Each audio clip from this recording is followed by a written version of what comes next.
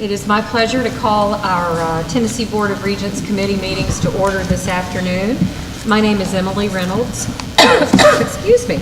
I serve as Vice Chairman of the Board of Regents and want to thank Tennessee State University for the very warm hospitality this morning, this afternoon, and tomorrow.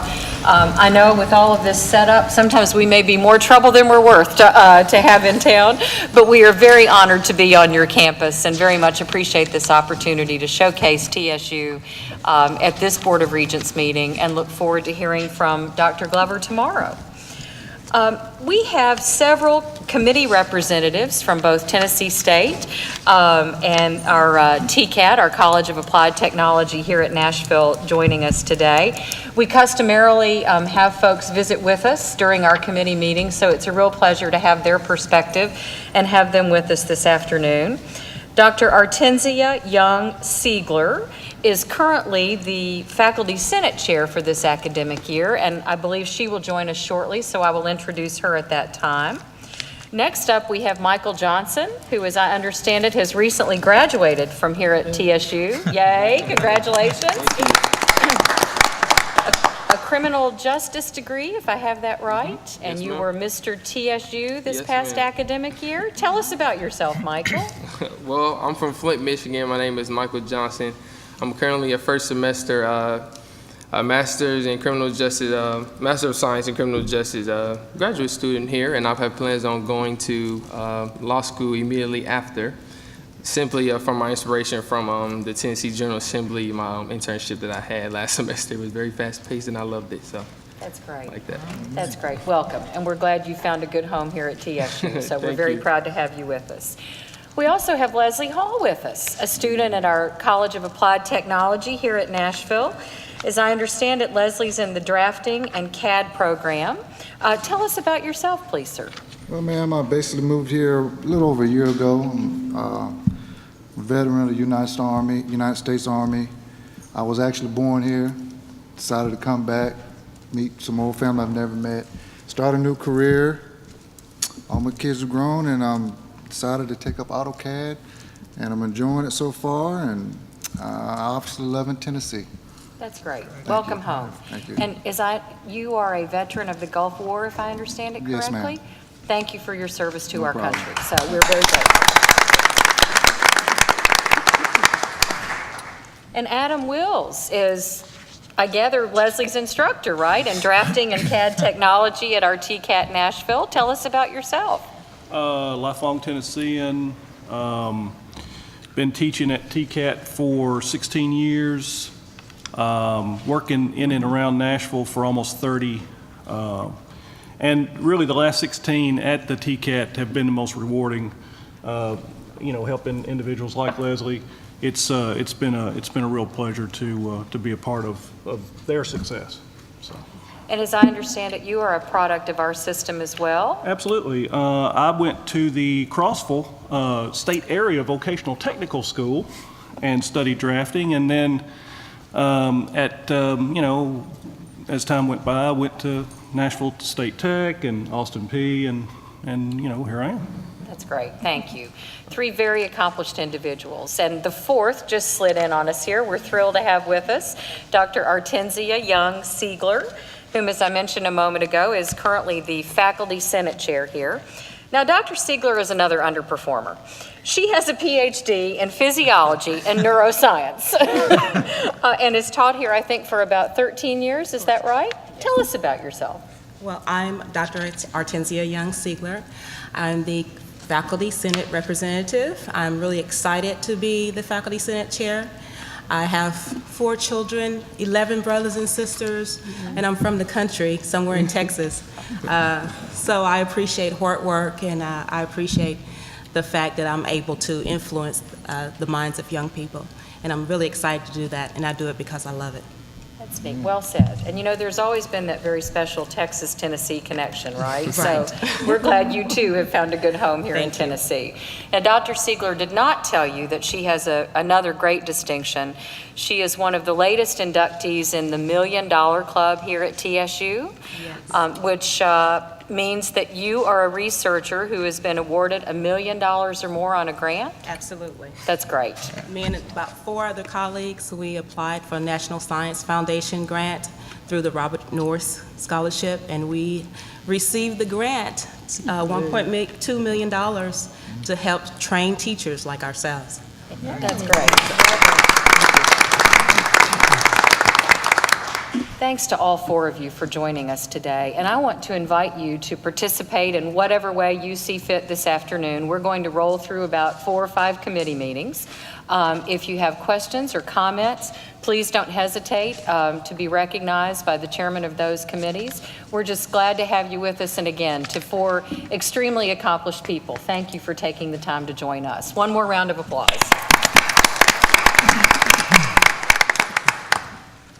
So as I mentioned, we have quite a bit of business before us this afternoon, and we will begin with our committee on the Tennessee Colleges of Applied Technology. Chairman Varlin. Thank you very much, Vice Chair.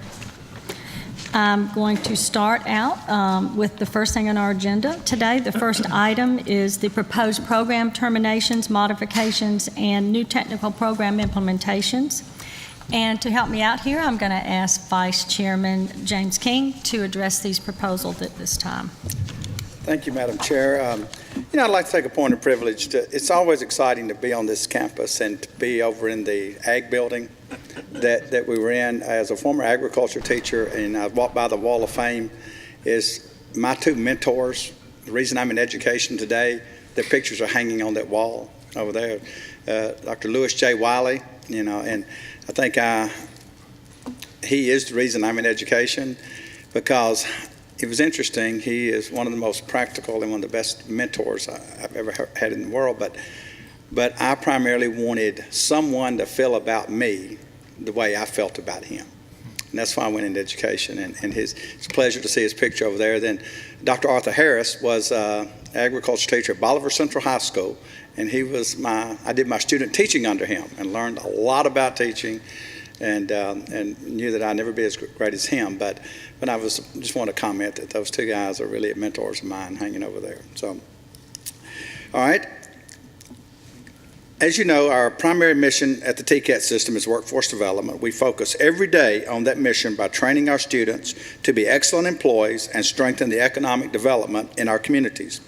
This mission requires us to be in constant communication with industry in our area and move quickly to address the workforce needs. These 14 program proposals and 18 academic actions presented to you today show our quick response to the needs of our students, business, and industries. I'm going to quickly go through 15 and then highlight 3, Madam Chairperson. In the allied health area, we're implementing phlebotomy at Elizabethton and the implementation of pharmacy technician at Knoxville and Oneida. In the business area, we're implementing digital graphics technology at Hohenwald. In the trade and industry area, we're implementing a welding at Knoxville to be located at Anderson County Career and Technical Center and one at Oak Ridge High School. We're implementing a pipe fitting and plumbing program at Morristown. We're implementing a building and construction trades program to be located at the Nashville School to be located at the Turney Industrial Complex. Implementing industrial electricity program at Memphis. In the area of personal services, we're implementing a cosmetology at Knoxville, New Bern, and Morristown. The Knoxville program will be located at Anderson County Career and Technical Center and one at South Dole High School. The New Bern program will be located on the main campus, and the Morristown program will be located at the Greene County Technical Center. So many of these are partnerships with secondary programs to using facilities located. As many of you know, as we'll hear of Woody Giles and our master plan in the future, we're at capacity in many areas. So these partnerships helps us grow by going in partnering with the local high schools. But it's my pleasure to highlight 3 new innovative partnerships. The TCAT Nashville is proposing an implementation of a web software developer program and a design for websites and mobile applications. It's a mouthful. And they're to be located at the Middle College High School, soon to be known as Renaissance High School in Franklin, Tennessee. We were approached by the Middle College High School in Franklin to develop a design for websites and mobile application program.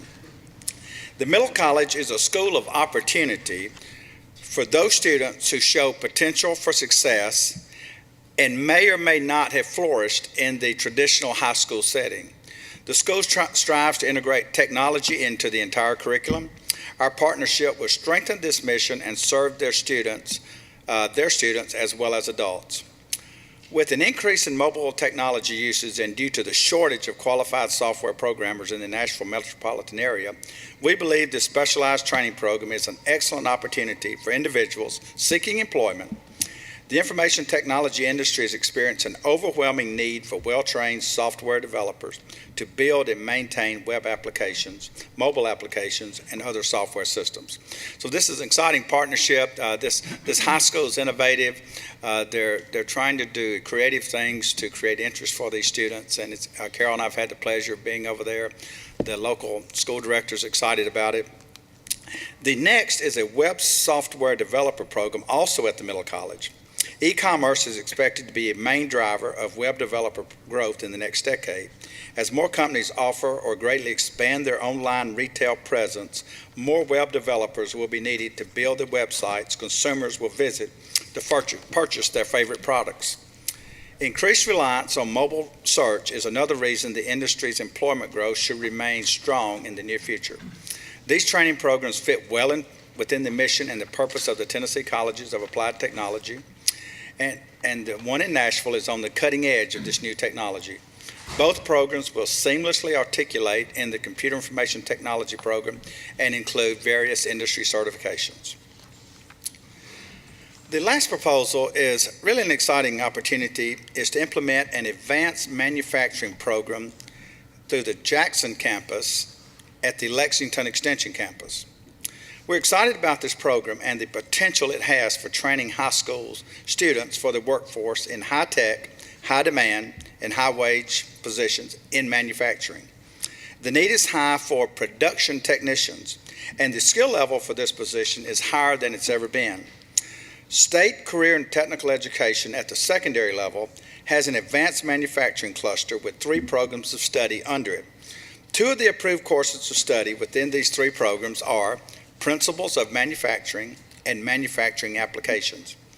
TCAT Jackson will take these existing courses and enhance them with a certified production technician curriculum to give them academic rigor needed to award post-secondary credit.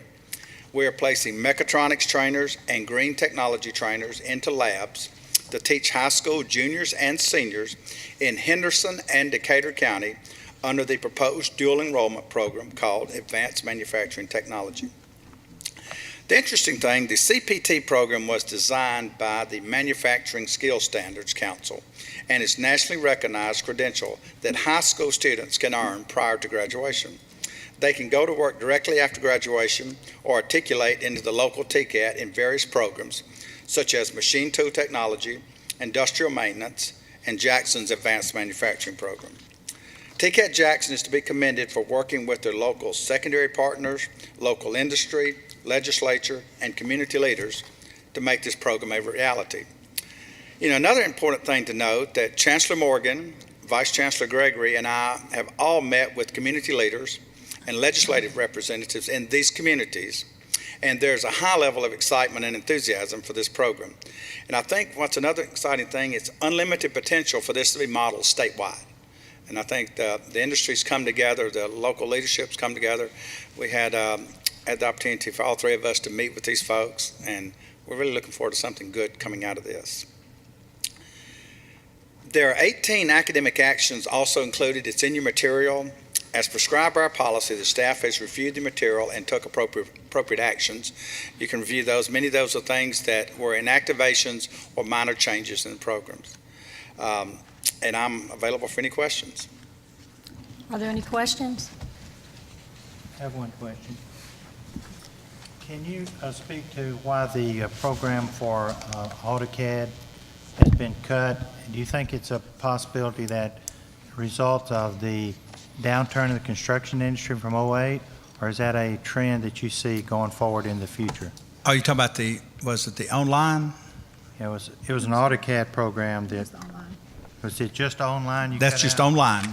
We just cut the online portion of that. Okay. And that had to do a lot with accreditation standards, placement, completion rate.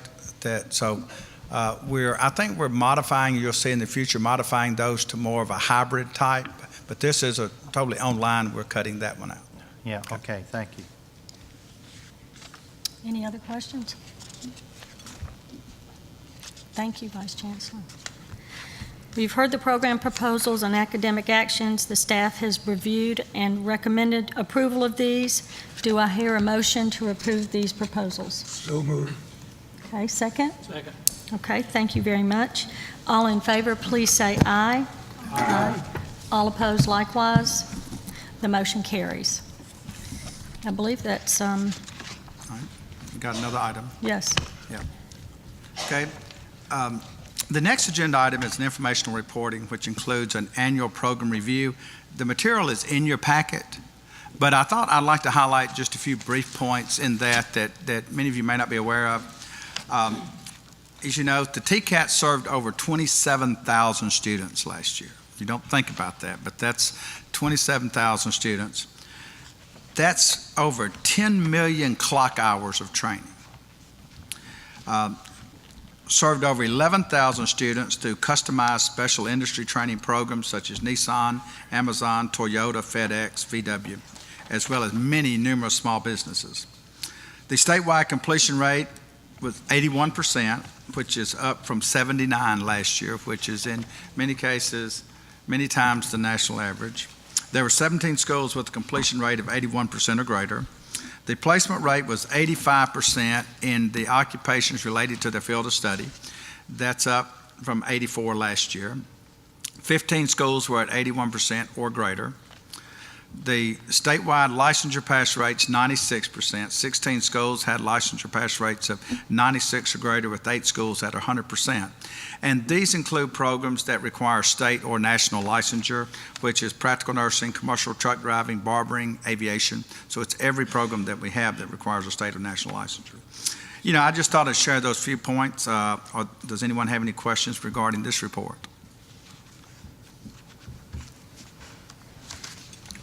Any questions? Okay, we're going to go to the next TCAP master plan. Yeah. Okay. I think the next item is the TCAP master plan. We've been quite excited about this process, looking at ways to address capacity, and we're going to ask TBR Facilities Development, Dick Tracy, to come forward, and he's going to introduce the consultant, Mr. Woody Giles.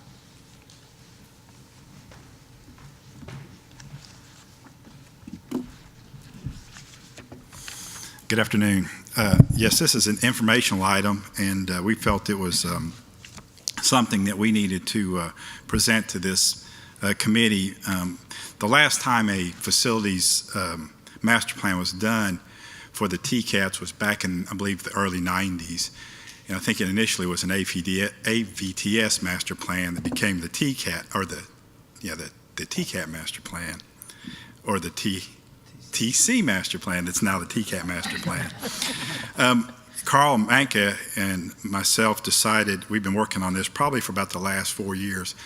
The board has a policy on master plans, and it really is it was really set up for universities and community colleges. THEC has the same requirement. It'd be difficult to do 27 separate master plans individually on a cycle. And so what we wanted to do is to develop a master plan statewide so that we were looking at how we were offering programs at each of the TCATs to make sure we were consistent with that, to look at what the needs were statewide, to look at the possibility of how those TCATs could work together in the areas that they were providing their programs. And so we kind of laid out a criteria working with James's office to come up with what we want to accomplish. And so a lot of this has to do with helping us develop. This plan is more a way to help us develop a statewide capital maintenance program for the TCATs and also a capital outlay. We understand that there needs to be a lot of flexibility with the TCATs because of the way workforce development changes, where the programs change, and the cycle of capital maintenance or capital outlay, as you know, is unpredictable. So we need to be able to even on an annual, semi-annual basis, work with the TCAT office to see if those things need to be evaluated. Part of the plan was we went out to each of the TCATs. We did an individual master plan really for each TCAT. We did a facility survey for each of them to figure out where they were condition-wise. And at the board, we developed, it's been going on, but for about the last 7 or 8 years, we developed our own database statewide to look at systems maintenance needs. So the master planners updated that, so we know what the condition of the buildings when they ask for capital maintenance projects. THEC also has a requirement that's a physical facilities inventory that looks at the usage of all the spaces. And one of the things they had to do is update that. And it looks like to look at the way we're maximizing use of each of the classrooms and each of the labs. What we knew going in was that there was a difference in how the TCATs offered courses, the same course, whether it's automotive or welding and those types of things. And we didn't think it would fit within that formula, but we wanted to validate that. So the master plan will kind of go through that as one of the things that we found. And so in some of those at the TCATs, we would look at more of a range of square footage for students per program than an individual number. But again, we want to make sure that we're consistent statewide. So this time I'd like to introduce Woody Giles. He's with Tenel Spangler Walsh, and they're a master planner that do mainly academic plans and have done some for our other campuses. So if you welcome Woody.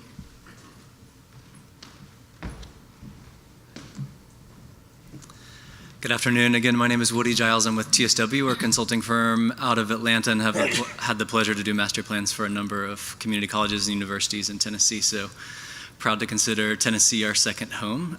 But we're also particularly excited to be working on this master plan. I know it's an exciting time in Tennessee with all the economic growth that's going on, but also with the drive to 55, it's really a propitious time to come in and think about the system and how to grow and what's happening. Just a quick overview of the system. As Vice Chancellor King mentioned, about 27,000 students last year, 27 institutions. The master plan focused just on the owned sites. There were 31 of those that we visited, about 118 buildings, 1.7 million gross square feet. The average age of the buildings is about 37. A lot of the original buildings from the 1960s are still around, and about 40 programs statewide. Again, the drive to 55 was sort of our foundation for the master plan in the beginning in terms of looking at increasing credential production. We did, I guess I should mention, we talked with almost every instructor in the TCAT system, either in person, I know we spoke with Mr. Wills, or in our online survey. And in one of the online surveys, we asked questions about what your needs are, and one of the instructors, most people put a lot of details about all their needs and what's changing in industry, but one of the instructors just said, more space, more money. So I probably could have put that up here as the summary of the master plan. But just in terms of what we're going to talk about today, I wanted to start with the master plan goals, just what are our guiding principles, sort of why are we doing this. I also wanted to walk you through one of the draft campus plans so you can get a sense of what's in there, and then talk about implementation and priorities. How do we make decisions with all the information that we've gathered? Where do we go in terms of funding? So the master plan goals, our number one goal really is the students. You can see those graduates there. So we wanted to focus on the students, serving them adequately in those programs that don't have the space that they need today. Also working on increasing enrollment and completion, and figuring out what the most serious facilities needs are and addressing those. Each of those three goals feeds a draft campus plan. There's some statewide material in the plan, but as Dick mentioned, each TCAT campus gets its own chapter in the plan, and so I'm going to run you through quickly just what one of those looks like. The first thing we did was take a look at the region. TCATs are really tied to the industries in a way that is more specific to the region than I think a community college or a university is. So we want to understand what's going on there. So we looked at population growth projections, different worker profiles, and what are the major industry sectors, sort of a quick location quotient analysis, looking at what regions are a bigger part of the economy in each region. Then we looked at regional employment outlook, which I'll talk about in just a second, but again, with the goal of seeing what industries are growing relative to programs that are being taught. at the TCAT, and in all of those things, we got a lot of input from the campus. I mentioned talking to all the instructors, but also the campus directors, and we met with the industry advisory groups that each TCAT has to really get a sort of feet on the ground perspective beyond the data of what's going on. The data that we got, you may not be able to see all the details here, but the overview is that we took each of the programs that were taught at the TCAT and looked at what was going on in that region. This is data that was provided by the state, and there's a job outlook there based on the number of graduates to jobs. So for each program, we looked at, is the industry related to that program growing? How many jobs are there related to how many graduates? So just to get a sense of how strong that particular industry is in the region. We also took a close look at the space needs of each program. What's the current enrollment? What's the growth expected to be? Again, based on the data in the region and also based on what we heard from the campus. And we used the THEC space model to calculate the needs for those. So you can see a sample chart here. Again, the details aren't important, but you can see the bars going to the right of the programs that need more space, that are tight on space for the enrollment that they have now. The bars going to the left are programs that are adequate on space. And all of these were based on the THEC model, so we have sort of hard numbers, but a lot of times the numbers aren't perfect. So we also spent a lot of time working with each of the campuses to see what their real needs are. When we started this master plan, the THEC model had set space numbers that you need 100 square feet per student for program X. And we decided that we needed to go ultimately with a range of acceptable space. So what you see here is one sample program. I think this is welding. And you can see a dot on there for every campus across the state and how many square feet they have per student. So there's one campus that has about 100, another campus that has 600 square feet per student, so a really big range. And the color of the dot shows how the campuses felt they were doing on space. The red one said we really need more space. So because things are so diverse, we just realized picking one number is kind of hard. We went with that range, which I think is a lot better way of looking at it. It captures all of the red dots here, sort of everyone that needs. So we picked a set of space ranges for every program in the state. Obviously, you need more space for the automotive program than you do for the business program, but those updates were made to the THEC model, and I think we're hearing from the campuses that those numbers are pretty accurate and giving us a pretty good picture of what their needs are. So taking all the needs, what's going on in the region, what's happening with growth, and what the individual program space needs are, we come up with these migration and expansion plans. The migration plan on the left, you can see the pink boxes is just saying you could move these programs around to get more space, or maybe you have this room that's not being fully utilized and that could become teaching space. So there's a lot of moving the chess pieces around, a lot of renovations that can get more space without actually expanding, can increase your output in terms of graduation without building new square footage. But on a lot of campuses, you can see the plan on the right, we are proposing new buildings. It's sort of hard to see down at the bottom. Letter A is a little addition. We're proposing that in a lot of places just to expand the programs that need space, but you can also see the bigger red building. B is a building that would allow this campus to expand programs. So you'll see those kinds of recommendations on each campus. So that's sort of what's happening on each campus. I guess our goals for those are to meet the existing needs. We're identifying the highest priority programs on each campus, which programs are most in need, again, based on various factors. We're looking at how to increase enrollment by expanding programs that are already there and adding new programs, space for new programs. And there's a lot of different ways that happens in the recommendations. There's migrations, expansions, new buildings. There's also site improvements we're recommending in a number of places.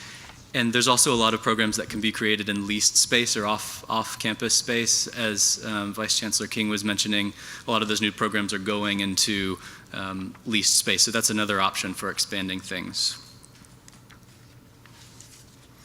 In terms of facilities, as Dick mentioned, we updated all the physical facilities inventory, the PFI, that's how much square feet there is. So there's an up-to-date list of how many square feet of classrooms and teaching space there is on each campus.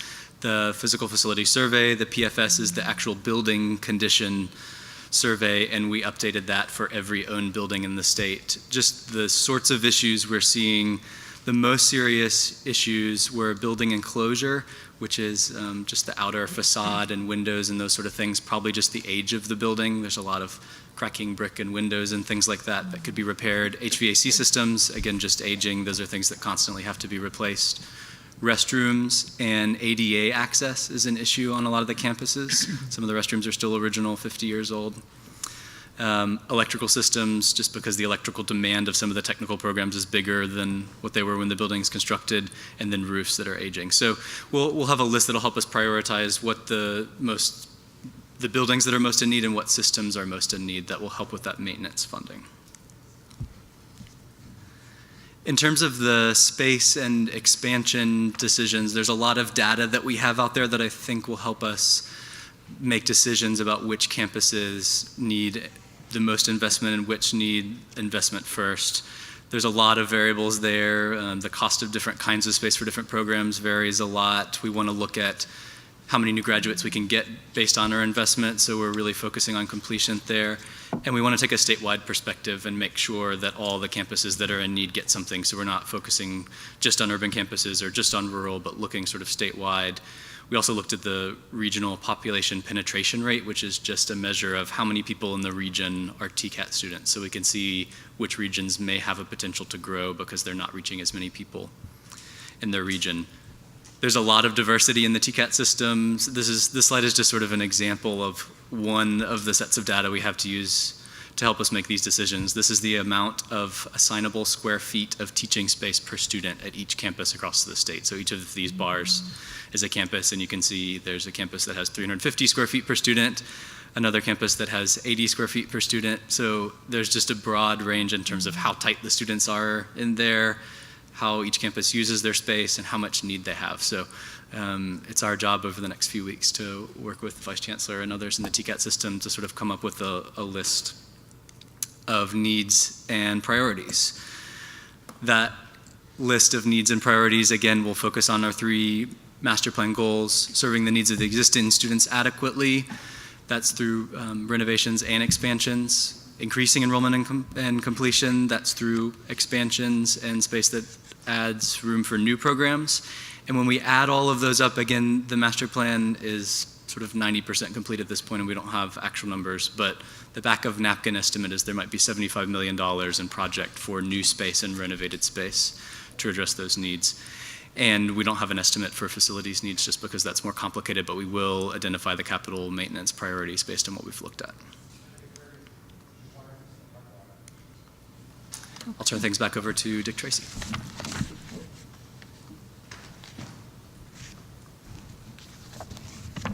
Thank you, Woody. We'd like to address any questions you may have. Any questions? I have a question. Can you tell us how you arrived at the average square footage per student? How is that calculation made? The one that had the assignable square foot, it's basically they calculated the total square foot inventory and then divided that against the number of the students that we had in there. How does that help you to know the efficiency? That's just some data that we gathered. What they did was, after that, we knew there'd be a broad range just in working with the TCAT, so we went down and looked at them per program. So we're really evaluating it per program. And what we found, to give you an example, is automotive.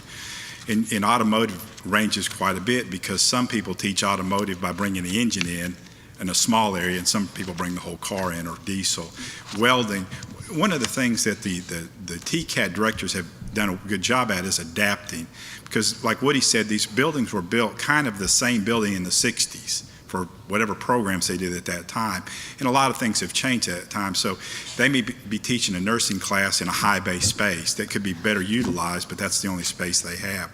So through the master plan, those additions, we may look at building a classroom onto the building that you could offload that type of a program into more of a classroom type space, and then capture the high bay space for those types of programs. So that was just kind of again, we've looked at a lot of different things to gather a lot of information, because we knew that it's real difficult to take, even if the buildings are almost basically identical, since the programs vary so much from TCAT to TCAT, it's hard to compare them equally. So we're really looking at them individually. But if they're teaching automotive, or the one slide he showed on the difference, I think that might have been for welding.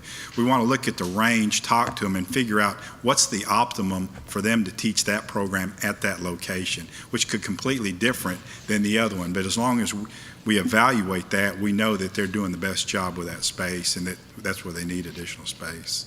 Is it, You know, the one that had 350, Yeah. we found out that was an off-campus site. This probably is underserved right now. So the data is helping us sort of point out to the director what the numbers here. So I think it's going to benefit us having that information.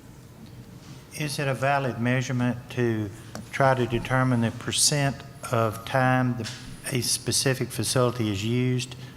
For instance, if I can rotate my classes through the same classroom, I'd get a higher percentage of usage or efficiency, if you will. And would that be a good measurement to start tracking to see how effective the various directors are in using their facility efficiently? Part of the PFI, we look at the space utilization of how they're scheduled. And again, what's different about a TCAT program, in some of those things, they set up whatever they're working on, and so it's not like just emptying out the desks and moving another class in, because of the projects they're working on and the way they're scheduled for long periods of time for those. One of the things I know the TCATs are looking at is, in talking to Carol, is there a way that when we've developed the new TCATs, what we're looking at is a more flexible type building where we have a lab space with a classroom space attached to it. So there may be the possibility that you could double up where they're taking the class in the classroom space and then the shop work in the shop space at the same time. But again, the way they're set up, they're having to do everything within that space. So what we're looking at in doing some of the expansions is there a way that we can do that we can teach? They look at, we've had discussions about night classes and those types of things. In some areas those may work, in some they don't. On the space, the space is one issue, and we've developed that, but just to start up one program at night, you have to open up the whole building.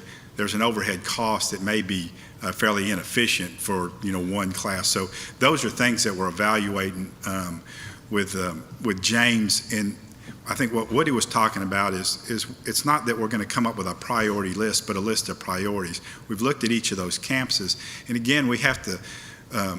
Our goal is to remain flexible because the changes in the workforce development, if we had to go through the normal capital outlay process, and if there was funding available and it took us 2 years to get a building online or possibly longer, and they're needing to do something to develop for industry coming in, then what we're looking at is the possibility of leasing space. And so the schedule of programs, the sustainability long-term of programs and things like that are things that we'll weigh into as we continue to develop what the priorities will be needed at that time.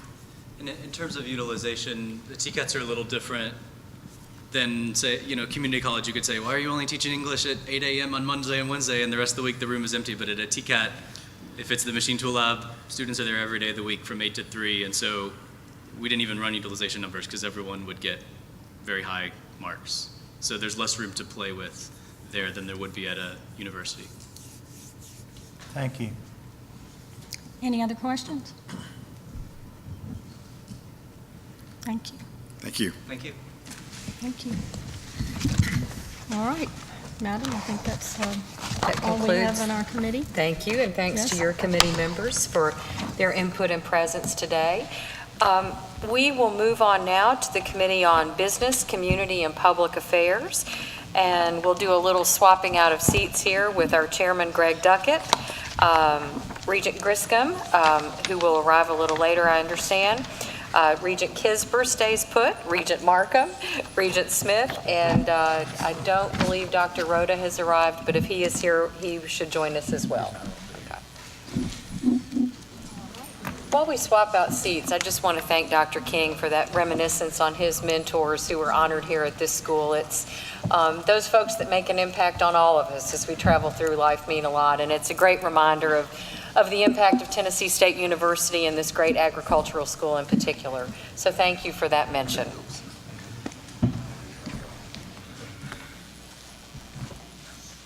Regent Duckett, whenever you are ready, the floor is yours. Thank you, Madam Vice Chair. Let me call the Committee on Business, Community, and Public Affairs to order. We have one informational item on the agenda. I would ask Vice Chancellor Gregory to come forth and give us the legislative an update on the legislative session as it relates to issues that will impact the Tennessee Board of Regents. Thank you, Mr. Chairman, and good afternoon to the members of the committee. And thank you for the opportunity to present this is what would be the final report on legislative action of the 108th Tennessee General Assembly. As a reminder, this was a concluding session of a biennial legislative session, meaning that all bills that were considered this year are now considered dead and will need to be introduced into the 109th General Assembly. So you have fall elections where you have all members of the House up for election and half members of the Senate, and we'll seat a new General Assembly in the 109th. Mr. Chairman, if it pleases the committee, I'm going to spend the balance of my time talking about what was, I think, the highest profile bill of the session, which was the Tennessee Promise. It was the governor's initiative to provide for free community college and colleges of applied technology education. Just a couple of things I'd like for you to remember at the outset. Number one is fall of 2015 is the effective date when we will first see students coming into our TCATs, into our community colleges that will be recipients of the promise. The bill has passed, it's enacted, and therefore the work leading up to being prepared for the students is certainly underway now. You've heard us talk many times about the Tennessee Student Assistance Corporation. They are the entity that was in place to administer the loans and scholarships program for the state of Tennessee. They have, in recent years, assumed the responsibility for the Tennessee Education Lottery Scholarship Program and will also be the administering agency for the Last Dollar Scholarship or the Tennessee Promise. With that, then, sponsors of the legislation were the majority leader on the Senate side, Mark Norris, Gerald McCormick on the House side. And the bill itself creates a statewide Last Dollar Scholarship program and a mentoring program for high school graduates who wish to attend a community college or a TCAT. It also creates a program called Tennessee Reconnect that I'll speak about in just a moment. We have noted in the last, say, decade, a trend of locally based Last Dollar scholarships. The one that comes to mind is I think the first in the state in Sullivan County, when they created a program there that would allow students to go to Northeast State Tech Community College graduating from high school. And those programs became very popular and local communities began to adopt them, and it becomes the basis for the Tennessee Promise program that will provide for students that last dollar. Students receiving the promise will have to make some commitments on their end. They'll have to commit to being assigned to a mentor to meet with them on 2 occasions. The mentors will help them learn how to go to college, assist them in knowing how to fill out the FAFSA. The student will be required to do community service work at least 8 hours for every semester that they are enrolled in the Tennessee Promise program. Those students must also, at the community college, must maintain a 2.0 grade point average to continue to be recipients of the Last Dollar Scholarship. So you can imagine the work that's beginning now in terms of trying to get mentor agencies in place to begin having enough people to work with the students. Mentoring will begin in spring 2015 for those students that we will then see in fall of 2015. So, Mr. Chairman, that is the Tennessee Promise program. It holds a great opportunity for many Tennesseans to have the opportunity to go to either a college of applied technology, to receive higher education at one of our community colleges that may not have had that opportunity before. I think it is an exciting program. It is a challenge to our institutions, but it really makes a strong statement for our state that education is an important tool for our students going forward. It certainly forwards the governor's Drive to 55 initiative. It is in the same direction of the Complete College Tennessee Act, where we need more people with credentials of all types, diplomas, certificates, as well as associate's and bachelor's degrees. A minute or two about the funding aspects of this, and then I'll come back and talk about the Reconnect program. I've said this several times before, but the lottery program, when it was first created, was not created as a mature lottery program. Initially, only freshmen and sophomores were enrolled in the lottery scholarship program. And what that began to create at that point in time was a surplus of revenue.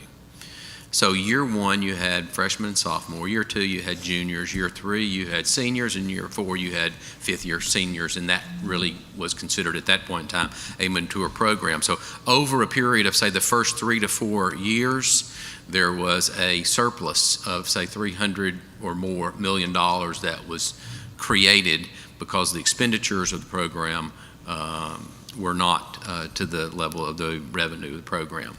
So it is that surplus that has been placed along with some additional dollars from the TSAC reserves into an irrevocable trust, and the interest income off of those dollars will be used to fund the Last Dollar Scholarship Program for students receiving the promise. Last dollar means other dollars in first. In other words, if students are eligible for Pell, they have any other kinds of scholarship, if they are Tennessee Lottery Scholarship recipients, those dollars go in, these dollars go in last, so that the student is not responsible for tuition and mandatory fees. Also, there are adjustments in the base Hope Lottery program that will come into play at the same time. This is fall of 2015. Students wishing to attend the community colleges, the lottery scholarship will be raised to $3,000 per year. Students entering a university on the lottery scholarship program as freshmen and sophomore, their scholarships, which were previously $4,000, will be $3,500 for their first 2 years, increased to $4,500 for their junior and senior years. And then also an adjustment was made in the need-based grant, the Aspire grant, that will reduce the Aspire award for students that are attending the community colleges from $1,500 down to $500 per year. And then also a couple of other changes I'll mention that were a part of this piece of legislation. You've heard us talk for a number of years about students who lose their hope and have no place to go, particularly those students who might want to go back and enter one of our TCATs.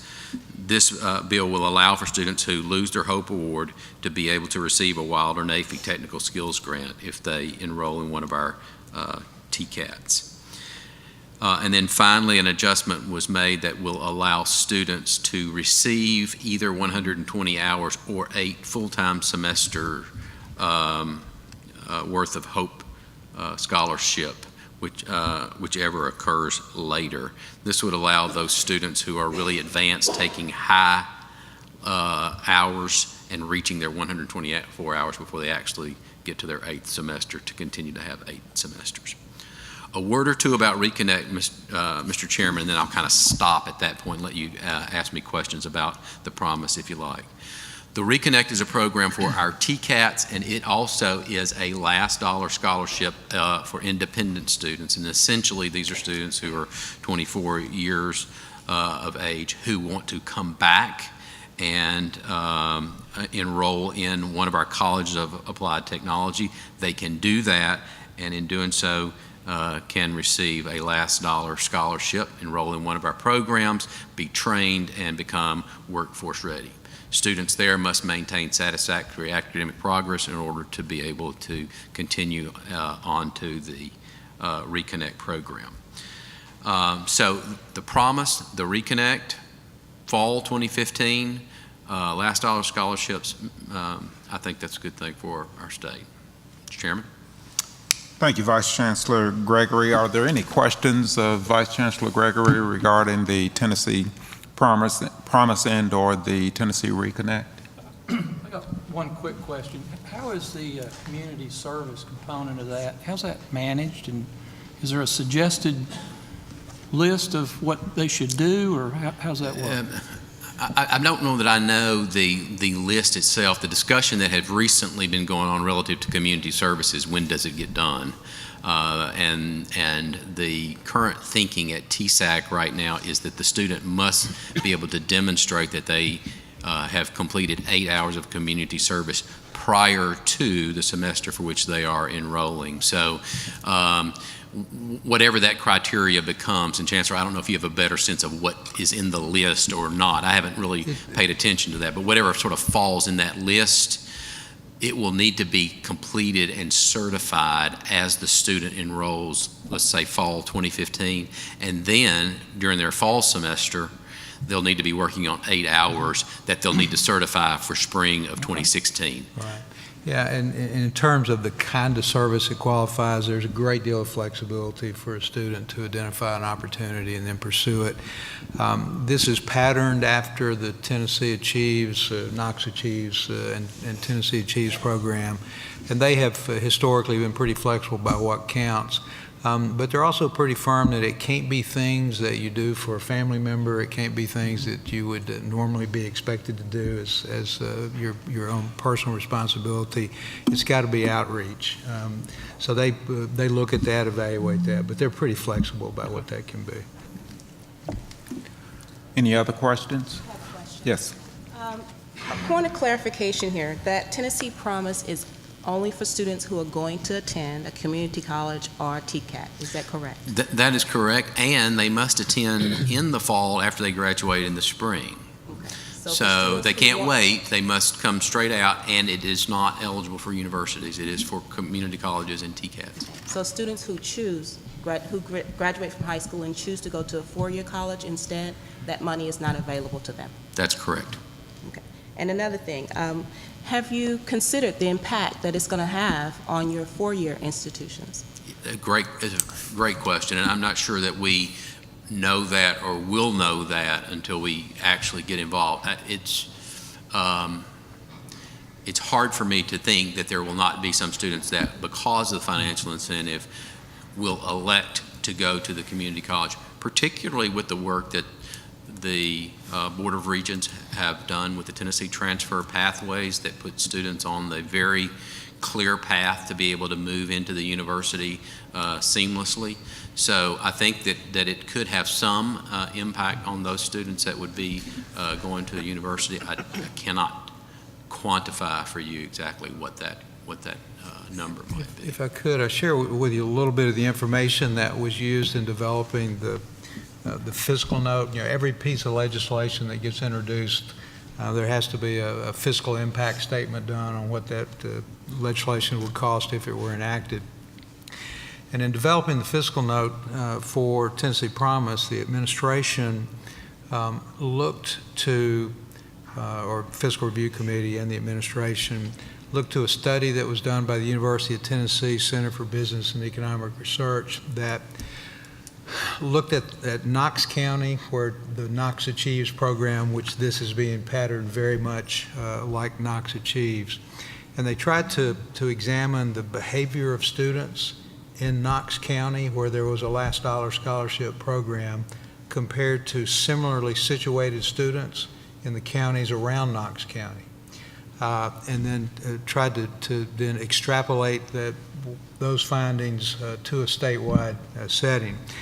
What that produced was a number that would suggest that there would be about a 20% increase in first-time, full-time enrollment at our community colleges and TCATs combined. They didn't break down the two or between the two.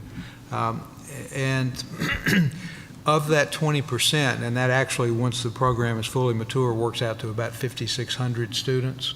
And of that, those 5,600 students, based on the experience in Knox County compared to those counties around Knox County, about a third of those students would have been expected to enroll in a four-year institution absent the availability of the last dollar scholarship. So if that's true, then at full implementation, which would be about 2.5 years, because the scholarship, the Tennessee Promise will pay for 5 semesters. If those numbers are correct, then about a third of 5,600 students, of net new students, would have been expected to enroll in a four-year school. Whether those numbers will turn out to be right or not remains to be seen. That is the basis upon which the financial estimates and the cash flows were constructed to establish that the program would be feasible on a continuing basis. So that gives you some sense of what the expectation is. So yes, there will be some erosion in four-year enrollment, we would anticipate.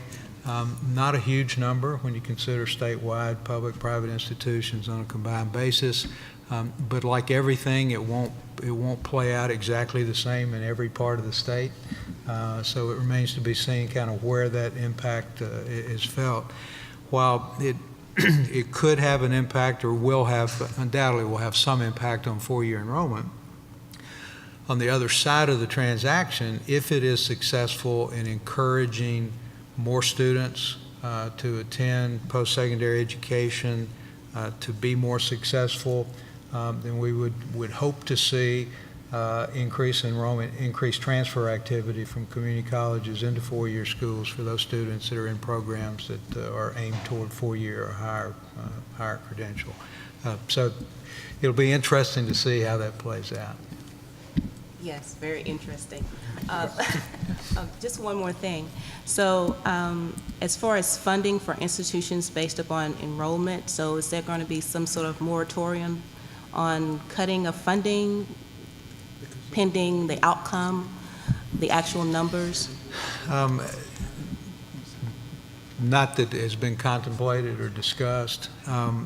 Funding now is very much driven, we'll talk about this a little bit later this afternoon, but funding is now driven almost entirely by outcomes, not by enrollment.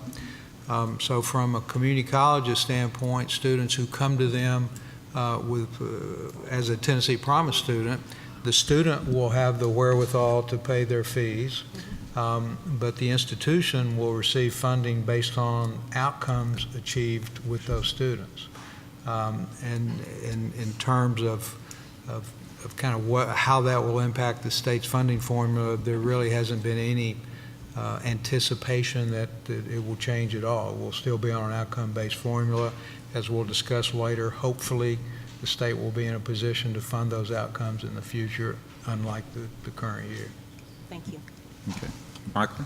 Quick question. I'm not sure if you mentioned it already. Yeah, I love the program, but for the Tennessee Promise program, is it only for Tennessee students who graduate high school in Tennessee? And for the Reconnect program, is it available for students who completed the Promise program, or is it just for people who graduate, like high school, who just graduate high school as well? Two good questions. First answer is it is for Tennessee students who graduate from Tennessee high schools. Okay, no out-of-state students. Right. Okay. The Reconnect program is not for students who have completed the Promise. These are for students who, I use different words, different places. Let me just say this, who have gotten to a certain stage in their life and they know they need more education. they've hit a ceiling in their, they decided maybe out of high school that where they were going was not higher education and what they were doing. But the Reconnect program will allow people to come back and receive a training program, get a credential at, again, age 24 or older, and be trained or retrained for a job that maybe better suits their life goals. Okay. Any other questions? Thank you, Vice Chancellor Gregory. This was an informational-only item, so no Mr. action. Chairman, may I mention just a couple of other things? I wanted to just pause after promise, just because I figured there might be a need for some discussion. I'd like to run, and I'll do this very briefly, but I just want to run just 2 or 3 more things just to inform you about in terms of legislative actions. The next 2 have to do with the idea of in-state tuition. First has to do with our vets. Public Chapter 612 is a bill also passed by Senator Norris and Representative Curtis Johnson, which is called the Tennessee Veterans Education Transition Support Act. This is for veterans who are both or either post 9/11 GI or Montgomery GI benefit recipients. It would allow those students, those individuals, wherever they are, to attend a Tennessee institution at in-state rates. For their first year that they are here, it would require them to maintain continuous enrollment and during this year to register to vote, demonstrate residency within that 1-year period so that they could maintain their in-state tuition status, a way to provide a transition for veterans coming back and receiving an education. The other that also relates to in-state tuition relates to students who are United States citizens and would allow those students to receive in-state tuition regardless of the domicile of or citizenship status of their parents. And these are students who must have lived in Tennessee for at least 1 year immediately prior to their admission. And they must have graduated from a Tennessee high school or a properly designated Tennessee homeschool, earned a Tennessee high school or equivalent diploma. And those students, many of which are now not able to receive in-state tuition, would be allowed to receive in-state tuition.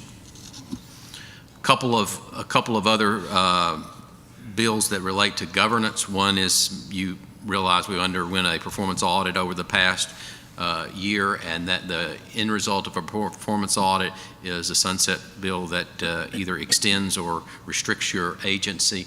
The sunset extension bill for the Board of Regents was passed, which extends our agency until June 30th of 2018. As a part of the performance audit itself, there were a couple of items that were common to UT, TBR, and the Higher Education Commission. So all 3 of these agencies went together and formulated a bill that was sponsored by Representative Fogarty and Senator Gresham. It's Public Chapter 974, and it addressed a couple of things that were a part of the Complete College Act that were pointed out in our audit that needed to be addressed in legislation. Also, on the topic of governance, Senator McNally and Representative Brooks passed a bill that establishes if a staff member from a public higher education institution wishes to make a legislative funding request, the TBR chancellor or president of the UT system, as well as that institution's president or director, must be notified of their request prior to going to the Tennessee General Assembly. And presently, Mr. Chairman, a policy that this board will need to see at some point is being formulated, sort of a common policy between Regents and the UT system. And then, getting towards the end, Mr. Chairman, there was a bill that addressed the topic of undue restrictions on students' religious freedom. We're seeing a number of different points of legislative activity that relate to the Religious Freedom Act that is on the books already. And Representative Harry Brooks as well as Senator Henry went together to sponsor a bill that basically, in essence, says that the higher education institutions are subject to the Religious Freedom Act that is presently on the books, that sort of mirrors even the federal Religious Freedom Act. Discounts and fee waivers, we see them more and more each year. Two things happen. One is a bill that would pass that will allow our employees that are regular or temporary part-time employees to receive a free class at the institution for which they are employed if it is a community college or a TCAT. Say it again. Part-time, regular or temporary employees are now statutorily granted a free class at the institution where they work if it is a community college or TCAT. And then there was somewhat of a restriction placed on this free class. The restriction, the current state of statute is unlimited. So in some cases, and this is more in the UT system than it was in the TBR system, a free class could mean as much as 8, 10, 12, in some cases 14 hours for a single class. And so the restriction is that free class is restricted to 4 credit hours, or if it is at a TCAT, 120 clock hours. A couple of studies coming up this summer, one that we are participating in. One is looking at accessibility of digital curriculum for individuals and students who have disabilities. Dr. Tristan Denley is our representative on that committee. It is being led out of THEC. They had their first meeting this past Tuesday. And also a study to look at making sure that we are adequately training our pre-service teachers in the area of recognizing and educating students with dyslexia. So that too will result in a report back to the General Assembly. Finally, Mr. Chairman, members of the committee, I want you to be aware that there was a bill passed by Senator Massey Senator Gardenhire and Representative Carter that will allow for the study of cannabis oil usage in the treatment of epilepsy at Tennessee Tech University. The cannabis oil is beginning to show some positive signs, particularly with children who have epilepsy, in reducing the number of seizures that the children have. And so Tennessee Tech will be engaged in a cooperative arrangement with some of the hospitals in the state in doing research to further the efforts of the treatment of epilepsy. Finally, the University of Memphis will be participating with a study at University of Tennessee Howard Baker Center for Public Policy on the feasibility of the creation of a statewide comprehensive energy policy. Mr. Chairman, that's a summary of the actions that impact us most in the 108th Tennessee General Assembly. Thank you, Vice Chancellor Gregory, for that summary of those items. Any questions or additional questions regarding the latter issues that were presented by Vice Chancellor Gregory? Thank you, Mr. Hearing none, thanks again. Those items were informational items. No formal action is required. As such, Madam Vice Chair, I would say the committee meeting is adjourned. I thank you, Mr. Chairman. Well done. Good session. Good questions. Thank you for joining in. We will now move on to Personnel and Compensation Committee, chaired by Regent Roddy. If Regent Ferris would join us, Regent Kisber is here, Regent Markham, Regent Stites to return, Regent Smith, and Regent Varlin. And when everyone is situated, Mr. Chairman, the floor is yours. Thank you.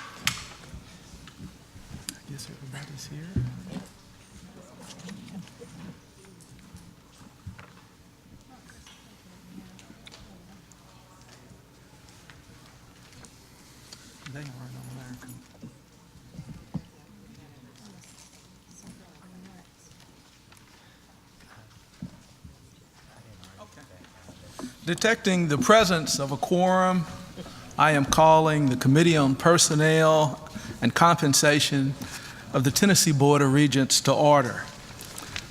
The first item on the agenda is the consent agenda. The committee has previously reviewed the following items, and they're listed there on our screen and in our packets. Approval of President Emeritus contracts, academic tenure for universities, definition of faculty, faculty appointments at universities, faculty promotion at universities, faculty appointments at community colleges, days of administrative closing, tenure and promotion recommendations at the universities and community colleges, tenure and promotion recommendations at TCATs. Materials presented under the consent agenda have been provided to all the members of the board. After your review of these materials on our consent agenda, does anyone, any committee member, see cause to remove a particular item out from the consent agenda? Mr. Chairman, I don't have any reason to ask if something be removed, but I do have a few questions about a few of the items. Go right ahead. So I was just curious. Ferris. I was just curious about our tenure policy. If it's, I think there's a recent decision out in California, and I was just curious if our tenure policy is, a good policy. If it's anything like what they had in California or anything like that. I just was curious. I don't know if Vice Chancellor Denley's here. Here he comes. Thank you, Vice Chancellor. I'm sure he'll be glad to respond to that. I will be happy to. So the recent ruling in California was really about tenure in K-12. And their rules are really very different from ours. They, as far as at least I understand the tenure rules there in the K-12 system in California, they very often, or they have been found to grant tenure before appointment in quite a lot of cases. And our rules are very, very different from that. So the vast majority of tenure decisions that happen within our system happen over a number of years, 6, 7, 8, 9 years, and so we have a really substantial body of work for faculty to be considered. Okay. And I didn't get to come to the committee chairs meetings. This may be a little repetitive.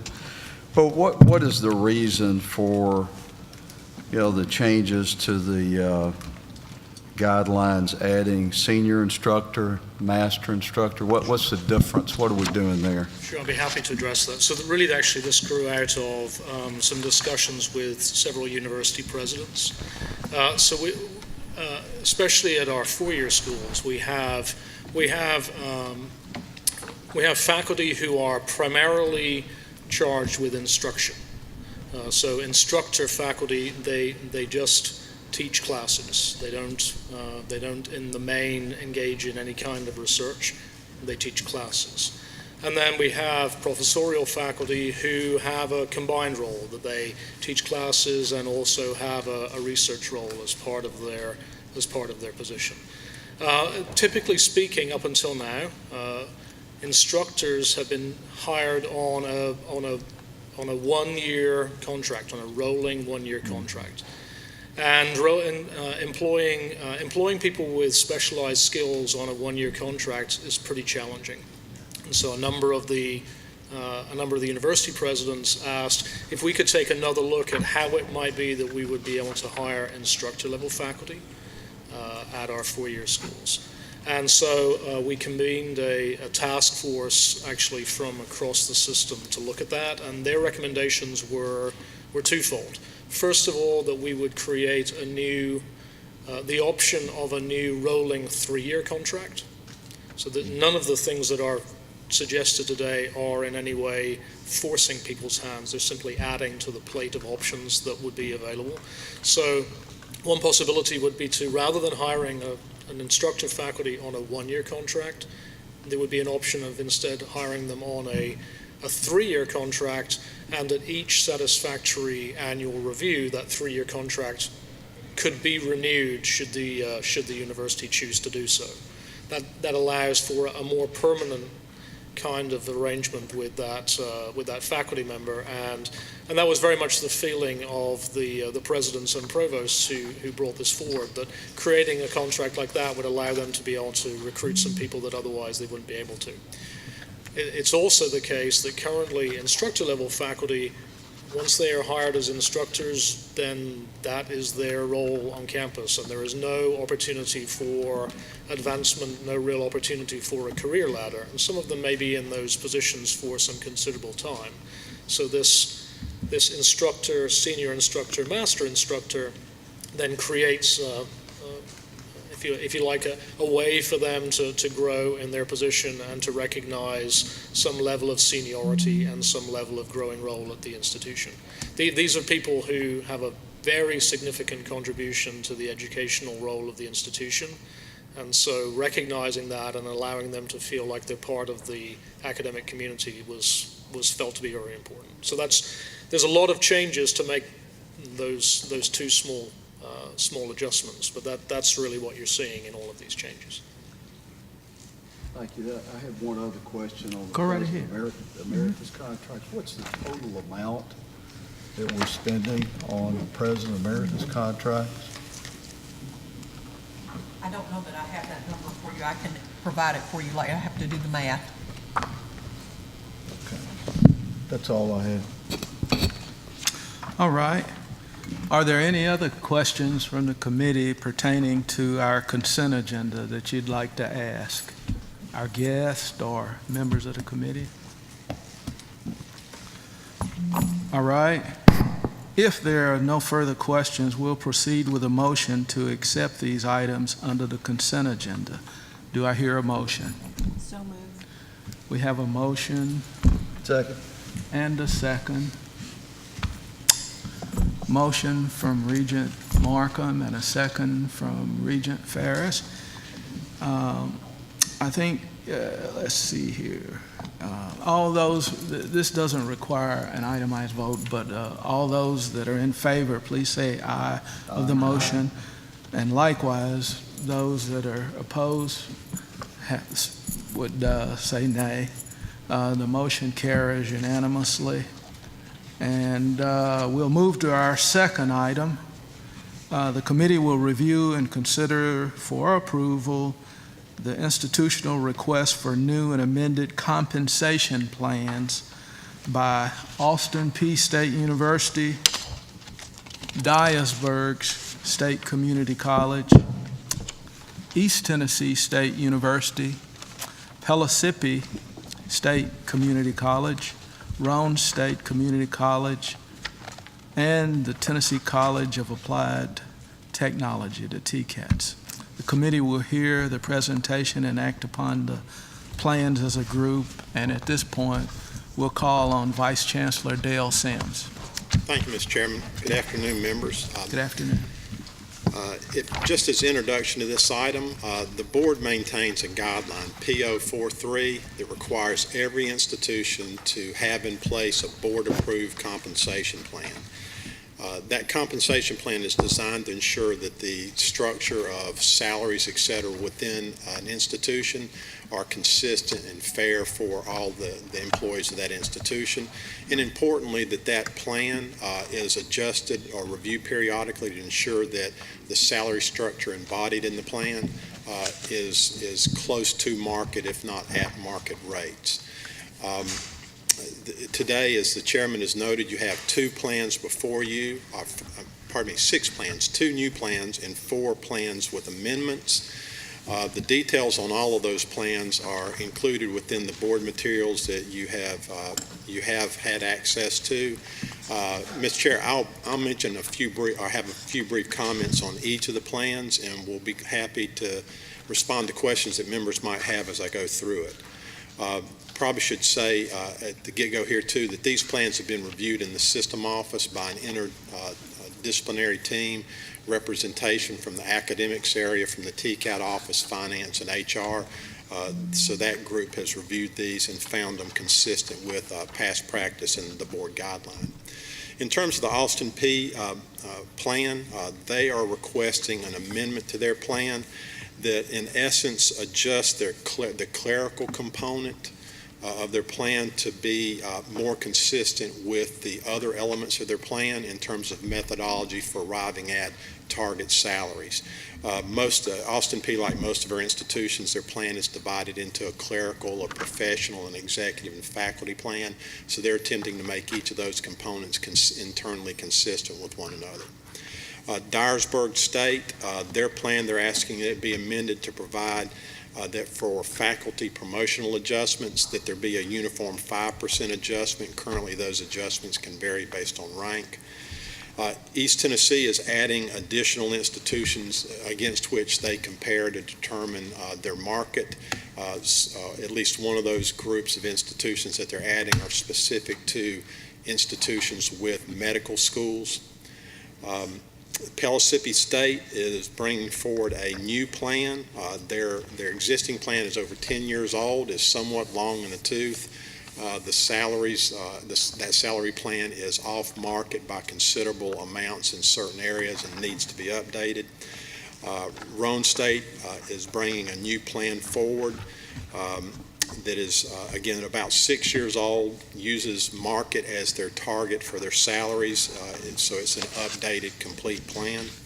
And the Colleges of Applied Technology are asking to amend the plan that I believe you approved last year. Their amendment would permit for their plan to be indexed to essentially the cost of labor, so that the plan is not a static plan, but every year we'll go to the market using the benchmarks within the plan and be able to adjust the salary ranges in accordance with what we see happening in the general market.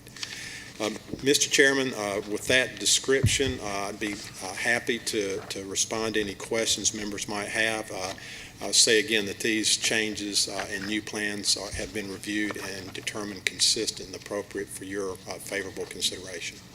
Thank you, Vice Chancellor Sims. Are there any questions of the committee or of our guests? I have a question, please. Vice Chancellor Sims, are these proposed changes already funded? The answer to that is no. And the reason the answer is no is every year in September, institutions bring requests to fully fund or to more fully fund their plan.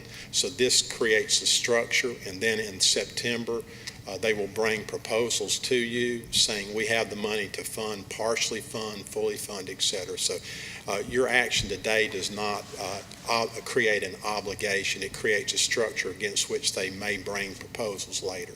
Thank you. Are there other questions?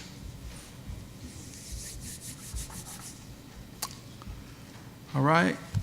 Pending no other questions, is there a motion to approve the new or amended compensation plans? I move for approval.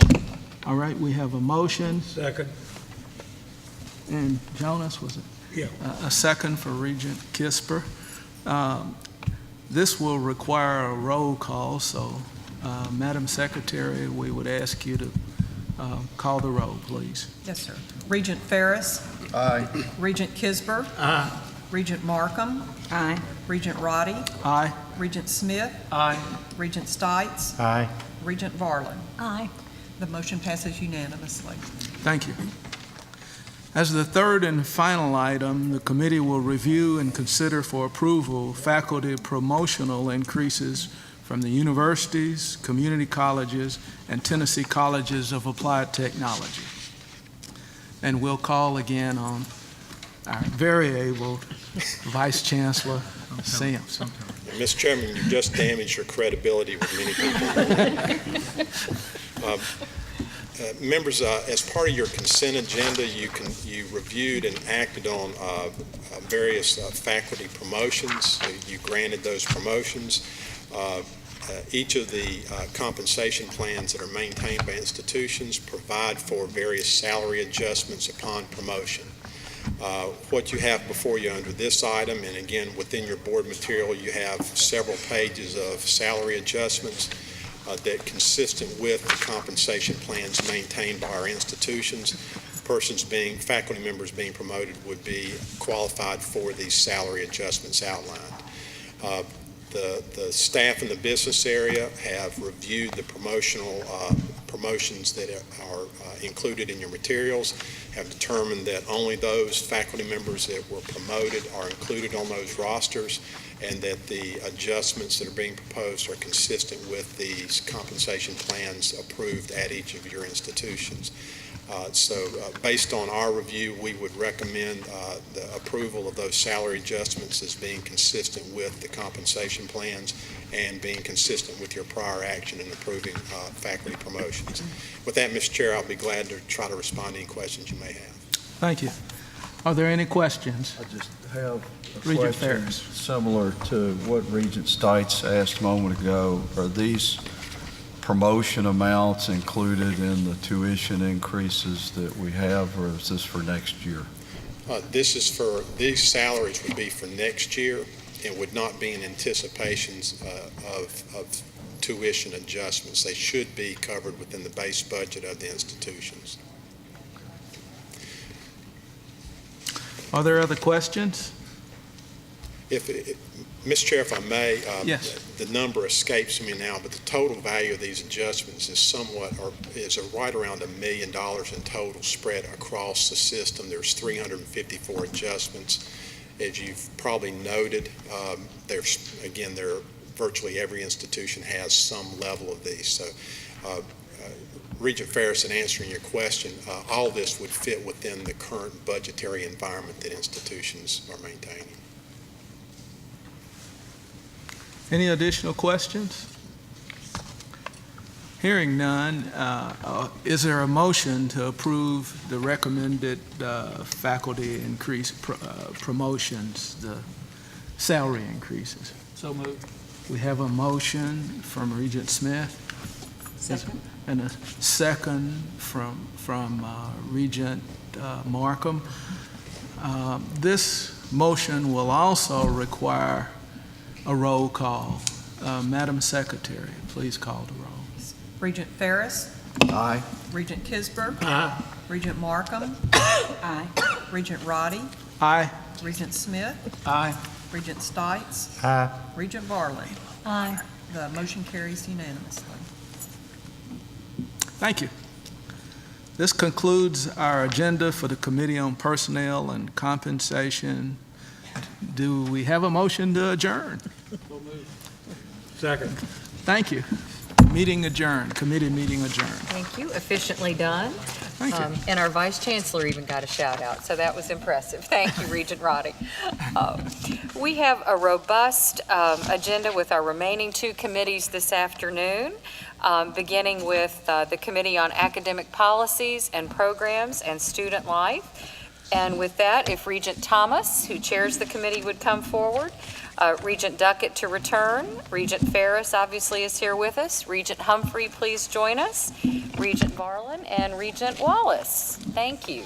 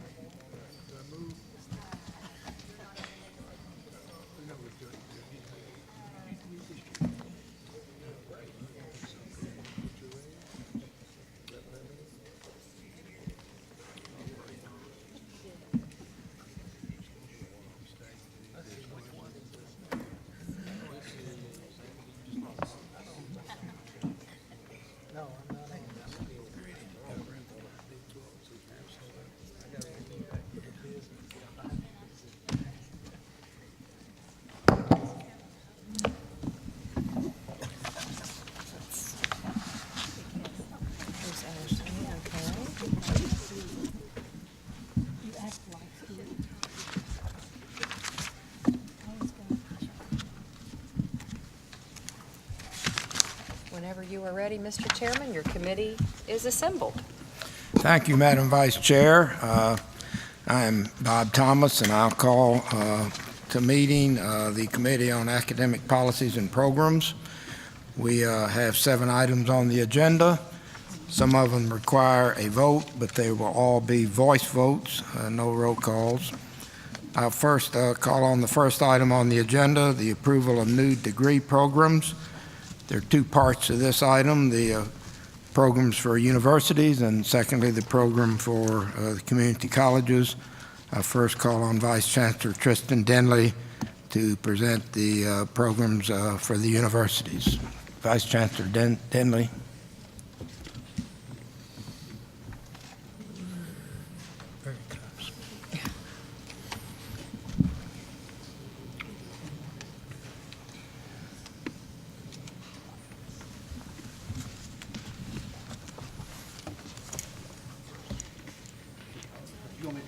May I go first? Absolutely. A little change in the agenda here, but we'll have Vice Chancellor Warren Nichols present the recommendations for the community colleges.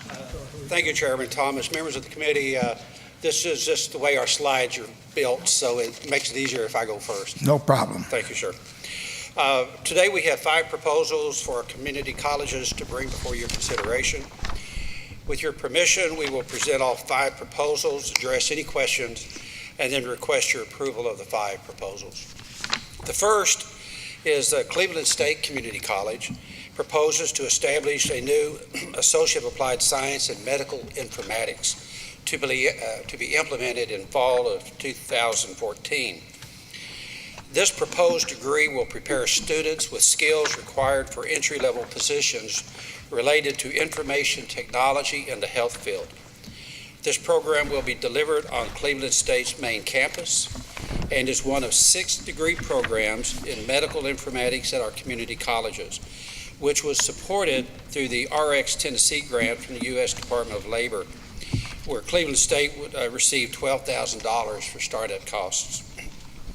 The program is modeled from the existing degree in medical informatics at Volunteer State Community College and is built primarily upon courses and resources from existing programs. The program can be sustained through new revenue generated through tuition and fees. The curriculum requires 60 semester credit hours and is presented in the board materials. Cleveland State projects 15 graduates annually by the 3rd year. The next program is Columbia State Community College. This proposal is to establish an Associate of Applied Science degree in early childhood education, which will be delivered only through the Regents Online Campus Cooperative. This program previously existed but was terminated due to low enrollment. Since there will be no additional cost, Columbia State wishes to provide access for the limited number of students interested in the degree. Columbia State already offers 2 certificate programs and delivers some of the courses offered through the RODP program. Roane State Community College proposes to offer the same degree previously presented for Cleveland State, the AAS in Medical Informatics. That will be delivered on the main campus in Harriman, the Oak Ridge Branch campus, and the Knox County campus. The program will prepare students for entry-level health-related IT programs, positions to address a specific workplace need for East Tennessee. The program is also supported through the RX Tennessee Consortium, which is funded by a grant from the United States Department of Labor. The program, once again, is modeled from the existing degree in medical informatics at Volunteer State Community College and is built primarily upon courses and resources from existing programs. The program can be sustained through new revenue generated through tuition and fees. The curriculum requires 60 semester credit hours and is presented in the board materials. Roane State projects 12 graduates annually by the 2nd year. Roane State Community College also proposes to offer a new degree that does not currently exist at any of our community colleges in Tennessee, this being the Associate of Applied Science degree in Financial Services. Roane State is responding to a need expressed by employers in the financial services business sector, credit unions, banks, insurance agencies, brokerage firms, who had input into the development of the curriculum. These partners plan to provide tuition assistance for existing employees and to seek graduates from the program for job openings. The degree requires 60 semester credit hours and required the development of 5 new courses. The new costs are minimal, less than $25,000 a year, and will be surpassed by new revenue generated from tuition and fees. Roane State anticipates graduating 16 students or more by the 3rd year. The program will be offered on the campus at Harriman and at Oak Ridge. And then finally, Volunteer State Community College requests approval to establish a new Associate of Applied Science degree in Computer Information Technology with 2 concentrations, one in networking and one in programming. Volunteer State currently offers a concentration within the AAS in business. The proposed program will broaden the scope to better address the IT workforce needs as identified by the Middle Tennessee IT Skills Panel. As students progress through the program, and I'd like to stress that, as students progress through this 2-year degree program, not at the end of the degree program, they will be eligible to be assessed for at least 7 different industry certifications. Building on existing courses, the proposed curriculum requires 60 semester credit hours and is aligned with the proposed common curriculum to be adopted system-wide. 4 new courses were developed. Volunteer State projects 20 graduates annually by the 3rd year. New costs are minimal since the existing facilities and faculty and staff are already in place with the existing concentration. Thank you, Vice Chancellor. Are there any questions on any of these 5 proposed new degree programs for the community colleges? If not, I think we'll wait until after we have the proposals on the university and then have a motion to approve all 8 of them. Thank you. Thank you. Appreciate it. Vice Chancellor Denley. Thank you, sir. Good afternoon again. It's my pleasure to present 3 proposals for new degree programs in the university setting. The first is from East Tennessee State University, who proposes a Bachelor of Fine Arts degree in graphic design. Graphic design is a major that will require 120 student credit hours to be completed. It builds primarily from their Bachelor of Fine Arts degree in studio art, which currently exists. So to create this new program requires the creation of 4 new courses. The studio art program is already a very vibrant program, and so the creation of this new program really will allow students to specialize in a style of art which is very much in demand in the workplace today. The costs will be easily covered by additional tuition and fees that will be generated from student enrollment. And actually, they don't anticipate having to make any new faculty hires to create this new degree program. So it's a very frugal degree to create. The second degree is from Middle Tennessee State University, who is proposing a bachelor's degree in theater. This degree actually is a currently existing degree. This is something of a pattern across our system that up until now, degrees in theater have very often been housed in another department, often in a speech or communications department. And so these programs have been in existence for some time, with faculty teaching classes and students going through the programs, but up until now their degree doesn't read as a bachelor's degree in theater. It reads as a bachelor's degree in communication, or in this case in speech and theater.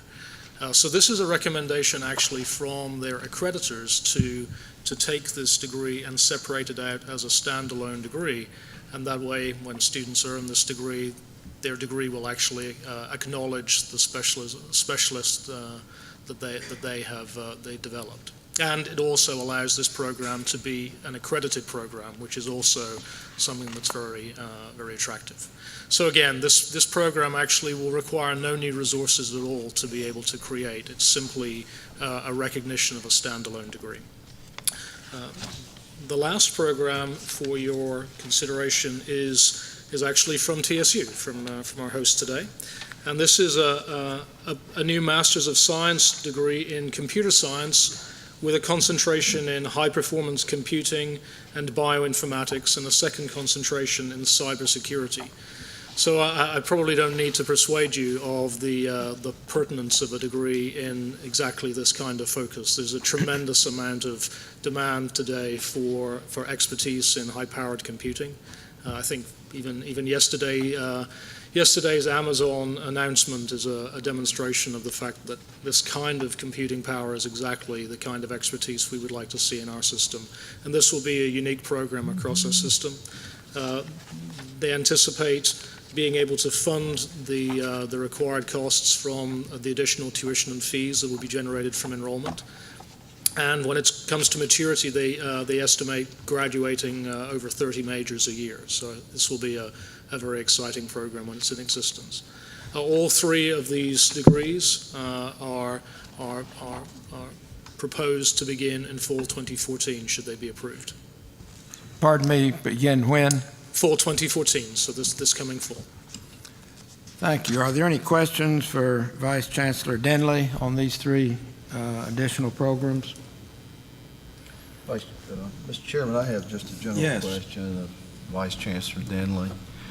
Are our policies sufficient, in your view, to respond to the marketplace quick enough so that we can, put new programs in place, get rid of old programs that aren't doing well? This would be for Warren as well. I think that's something that we need to. So the approval processes for community colleges and universities are somewhat different at present. There was a recent ruling from THEC which actually allowed, in the community college setting, for approvals to happen in-house, so to speak. So your approval actually allows new programs in the community college setting to move forward.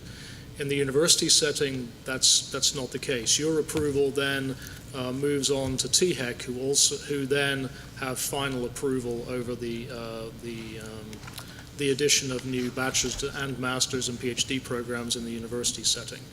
So consequently, the amount of time that is required to be able to create a bachelor's degree is considerably longer. It is a reality that actually that does limit the ability of the four-year schools to be responsive to the to industrial settings and to the needs.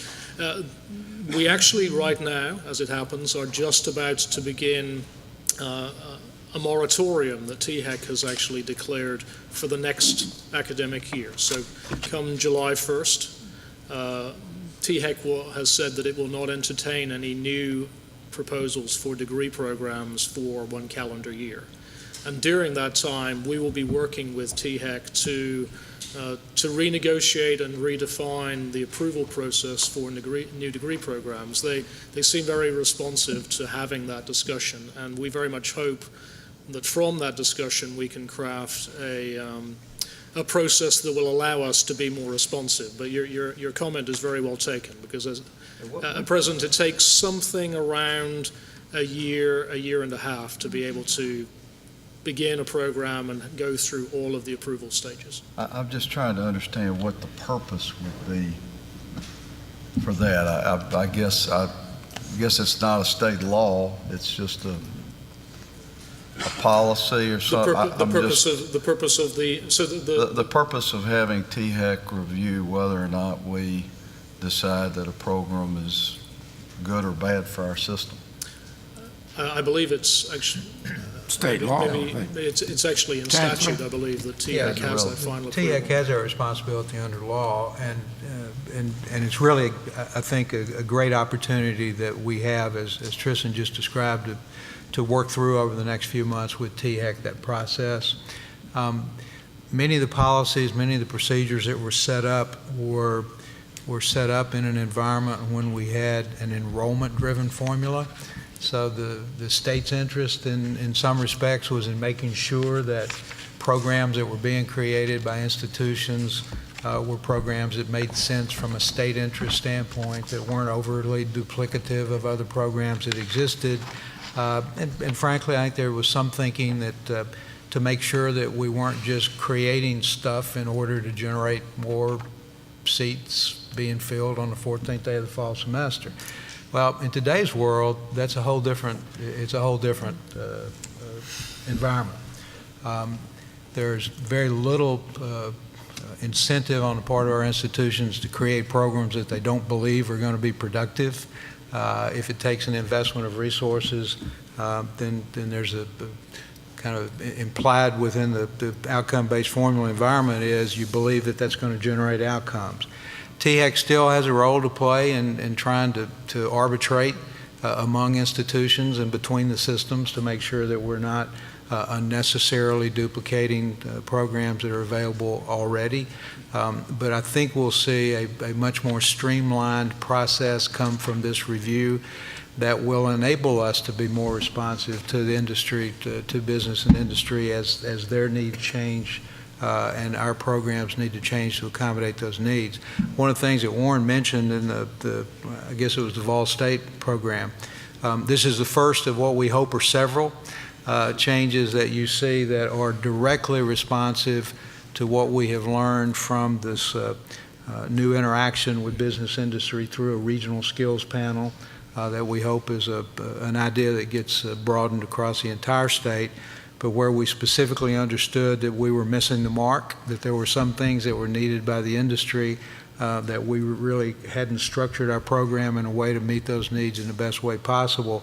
So that's a change that we just became aware of in the last 3 months or so that we have now brought to you the appropriate change to try to be responsive. So, yeah, your point's well taken.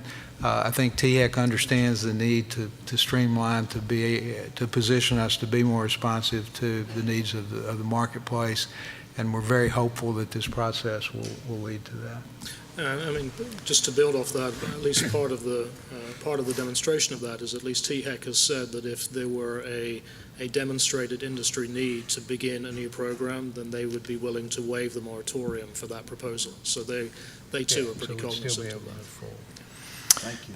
Thank you. I think another part of Regent Ferris's question was about discontinuing programs. We are not asked to approve discontinuing programs, I don't believe, but I assume that process of reviewing programs that are no longer needed is constant, and that we do look at programs and do discontinue them as needed.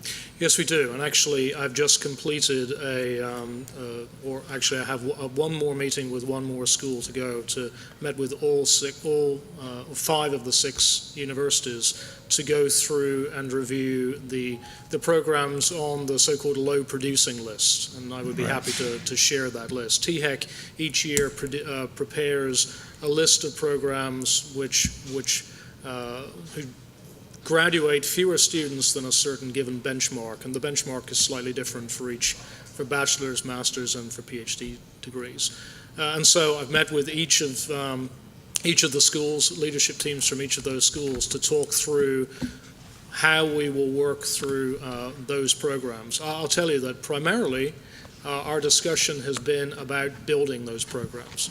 Almost all of the programs that were singled out, there are plans in place to build those programs and to increase the number of graduates. Right now, we're clearly in a building mode across our state. We're about the business of trying to create more graduates.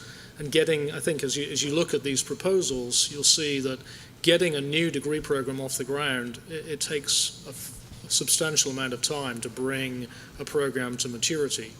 And so the conversations have been very, very encouraging to find ways in which we can take the current programs, optimize them, find places where we have bottlenecks, find ways in which students are moving through their degree and getting tripped up perhaps by availability of classes, all of these kinds of things, some very frank discussions. And I feel pretty confident that the programs that we talked about will, in short order, be able to become significantly more productive. And that's I think that's encouraging that rather than discontinue, you are trying to build these low-producing programs. That's the intention. Any other questions for Vice Chancellor Denley? If not, I'll entertain a motion to approve all 8 of these new degree programs, 5 for the community colleges and 3 for the universities. Do I have a motion? Motion by Regent Duckett. Is there a second? Second by Regent Ferris. Any discussion? If not, this is a voice vote, as will all of our votes be this afternoon. All in favor say aye. Aye. Same by those opposed. Motion carries. We'll move on to the second item on our agenda. This is going to be an informational item only. It's for the statewide alignment of curriculum and certificate and 2-degree programs. I'd like to call on Vice Chancellor Nichols. Vice Chancellor. Yes, sir. Thank you, sir. And this actually does, Regent Ferris, dovetail exactly into your earlier question. For the community colleges, the process from proposal to approval is much shorter than it is for the community for the universities.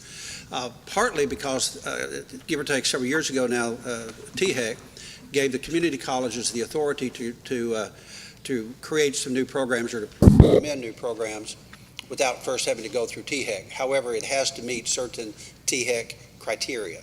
As long as we honor the guidelines that THEC has set, such as make sure that there's sufficient number of students enrolled in the program and graduates, make sure that the colleges have sufficient financial ability to support that program. You know, a few things like that. As long as those things are there, well, then we have the ability to move those through and recommend them to the board at a much quicker rate. Does not mean that we are moving as rapidly as we would like to be on some of these. And we can sit here and provide justifications or excuses why things sometimes take longer than others. But the bottom line is we are doing everything that we can to speed up the process, to make it more seamless. One of these is through the use of some technology that we are currently pursuing that will help us literally computerize. Right now, just about everything we're doing is pen and paper. From the moment that we receive something from a college through an email template, we print it out, we look at it, we handle everything manually. It's a slow process. So we are looking at software that is specifically designed to make this a whole lot quicker and easier for us. So again, but the other part about it is that we have 2 ways that we are communicating program revisions and program approvals to the board. One is through the 30-day review that you get, and oftentimes, Regent Thomas, on those 30-day reviews, it also alerts you and lets you know about deactivations and things along that line, some revisions, and or if we have programs that are duplicating another program that's already in existence, we are going to be moving to a much quicker adoption strategy to get those programs approved as well. The other part about it, though, is this board only meets quarterly. Many of these new programs, just like the ones we presented today, require approval of the board. So if a new program is approved by us tomorrow, then it may have to sit for 2 or 3 months waiting for this board to act upon that recommendation. So we will be coming forward with you, hopefully, with some, perhaps some policy recommendations, perhaps giving the chancellor some in-between authority to move forward on some of these programs. So we are very aware of the issue, and there's much that we can do on our end to improve the process, but I would anticipate there may be some need for some policy changes as well if the board deems it appropriate. We'll look forward to receiving those. Yes, sir. So with that being said, what I'd like to do is talk about what we've been doing over about the last year in our community college offices. If you think about where we are today and think about our Tennessee transfer pathways and our general education courses, regardless of whether a student is taking a course in English or a history or a college algebra course at one of our community colleges or at one of our universities. It's the same competencies. It's the same course. It's the same number of hours. History 101 is History 101. History 1101 is History 11. Western Civ is Western Civ. But when we talk about our two-year degree programs, that's not the way we've done it over the existence of our community colleges. Because, Regent Ferris, we at our community colleges, our entire mission is to be responsive to the needs of our individual local communities with businesses and industries. We have, as our mission, we have moved forward on the 40 to 45, 50 years of our existence in addressing the needs of our respective local communities. In doing so, we have encouraged our community colleges to be innovative and entrepreneurial. We've encouraged our community colleges to react fast and to react clear and concise to make sure that our community colleges are responding to the needs of businesses and industries. That's a good thing, and we want to continue that. That's a big core component of who we are and what we believe in. But having done that, we have encouraged our colleges to customize, if you will, their programs for their two-year degree programs in such a way where one has very little bearing on another college that has the same kind of program. For example, EMT, paramedic technology, EMT, we have had 10 of our community colleges offering EMT paramedic technology. Now, this is a two-year degree program. This is a program that is regulated by the state. There are certain course competencies and outlines. And at the completion of that program, the student has to stand for a test, a licensing test, Department of Health Department licensing exam. So you would think with the criteria being developed by the state, licensure by the state, that the colleges teaching that course would all be teaching the same course program. But that has not been the case for our two-year degree programs. So just to kind of walk through some of this very quickly with you, we have our current practice is we have different course titles for the same course and variations in the semester credit hours given to those courses. We have different concentrations within degree programs that lead to the same competencies. We have different names for the same programs. As an example, computer information technology. Under our current schematic, we can have 2 degrees that are called computer information technology. We have 35 different concentrations on the books right now, 35 different concentrations. And over 400 courses are in our academic inventory just for that one computer information technology program. Now, what does that mean? In reality, it means that if you're at Walter State taking a computer information technology program, the course numbers, the course content, the course rubric, the number of semester credit hours for that web technology course will be totally different from what is offered at any of the other community colleges within our 13 system. It's just they're all different. So under what we have begun about a year ago, under curriculum alignment, we are bringing the faculty from the computer information technology. We're bringing the content faculty experts together and bringing them together and saying, is this what we really believe are good business models and principles? How confusing is this for our students? How confusing is this to our state and our employers when someone asks us, what do you teach in computer information technology? Or if a student has to transfer from one place to another, what their courses transfer? All of these have been issues for us at the community colleges in our two-year degree programs.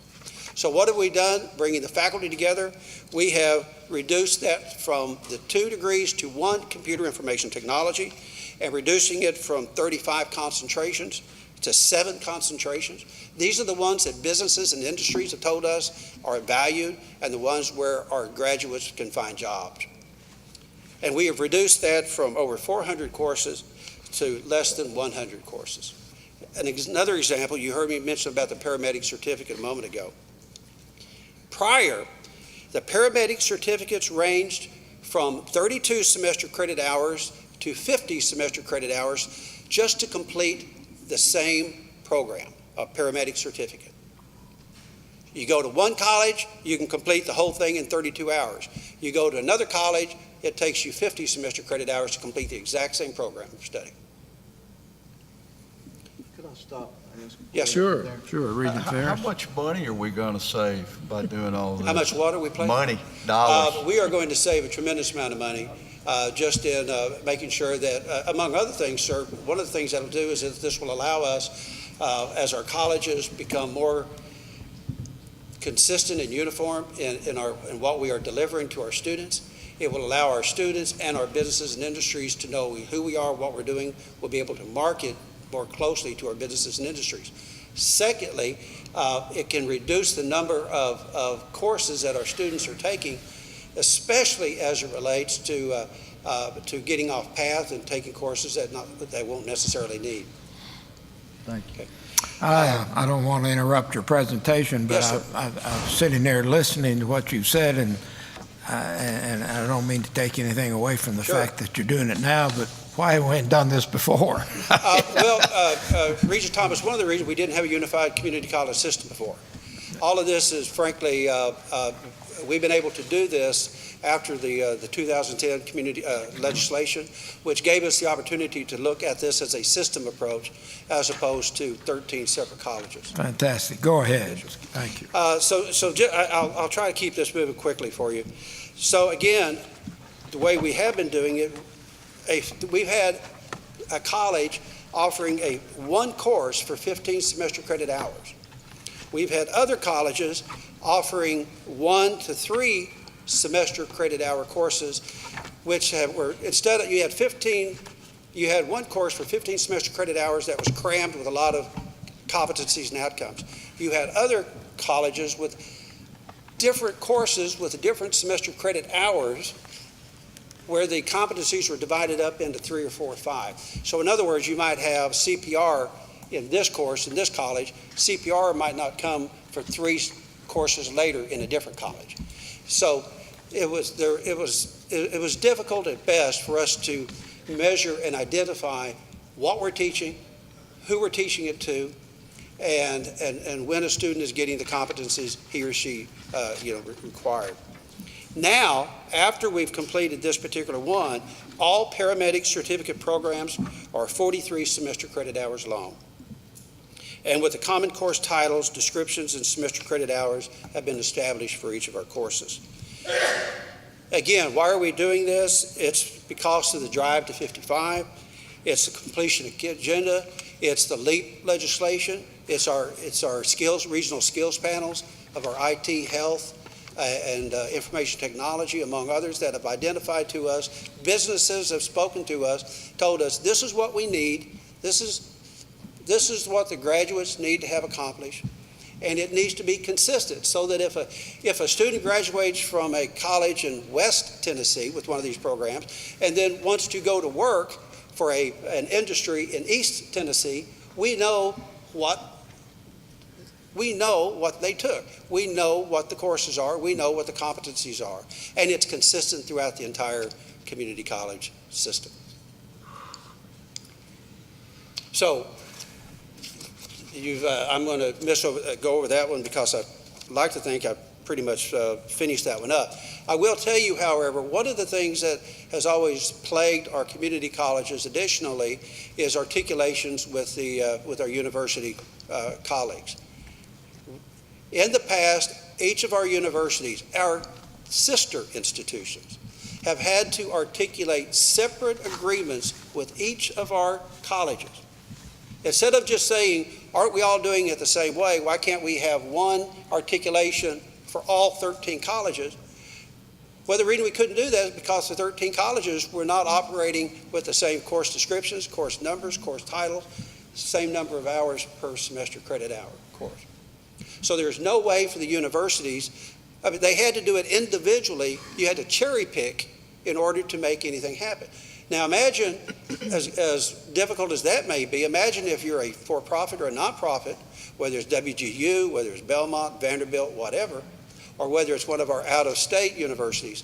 We have not had the ability to do any system-wide articulation because we have always done it 13 different ways.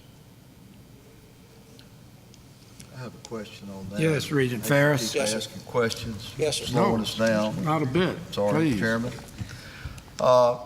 Do these agreements, do you still have the individual agreements between the community colleges and the universities? Yes, sir, we do.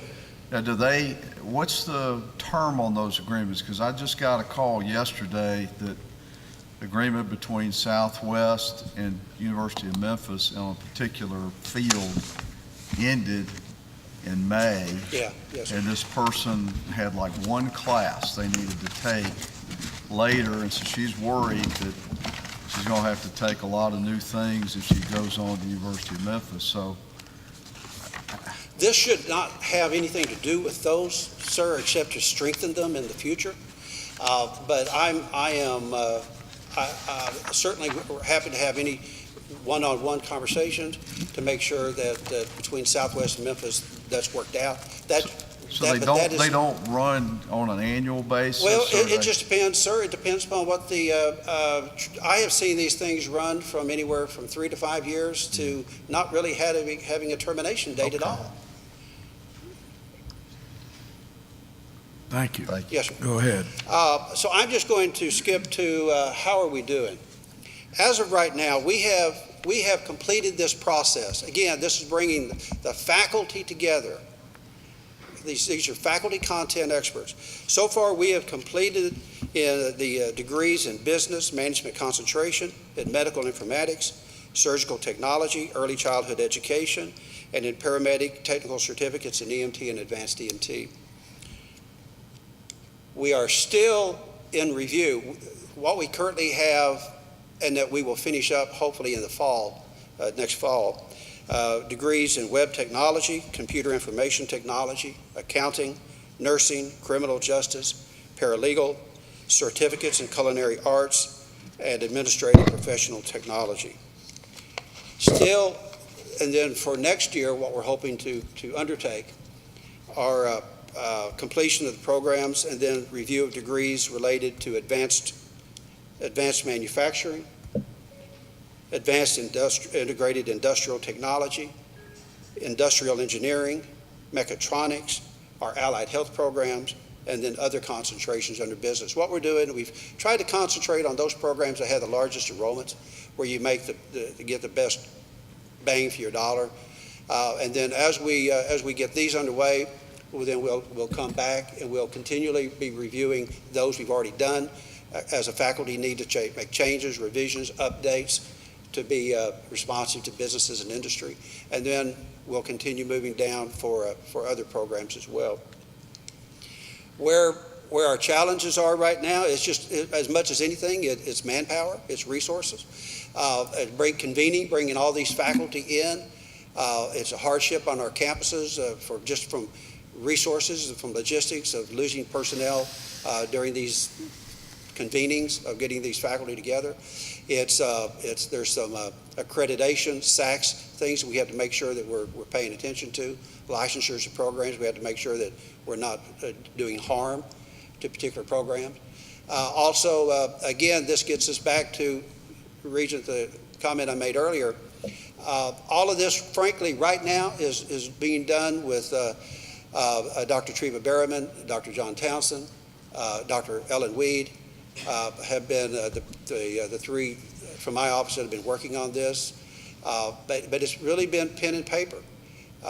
We really need to, and we are looking and pursuing some software that specifically would help us automate this process and give us the ability to do workflows and some things so that our faculty don't have to keep coming in together to make some of these things happen. So with that, sir, this was an information item only, just to give you an update of what we have been doing as it relates to our unified community college system. Thank you, Vice Chancellor. I'll take the privilege of chairing this committee by commenting first. This is all very valuable and good information, and I do think that it shows the wisdom of that legislation that created a vice chancellorship for community colleges, and you personally are to be commended for getting all this working. It sounds like you've got a lot more work ahead of you, though. Thank you, sir, and I appreciate that. Seriously, it is truly a team effort, not only of our community college, but the faculty and the university, I will tell you, the community college presidents. We had a retreat, give or take, about 3 years ago now, where we broached this topic to them, and we had a unanimous agreement of our community college presidents that this needed to be done. Have we had some philosophical conversations since then? Absolutely we have. We still believe that this is the right and best way to go.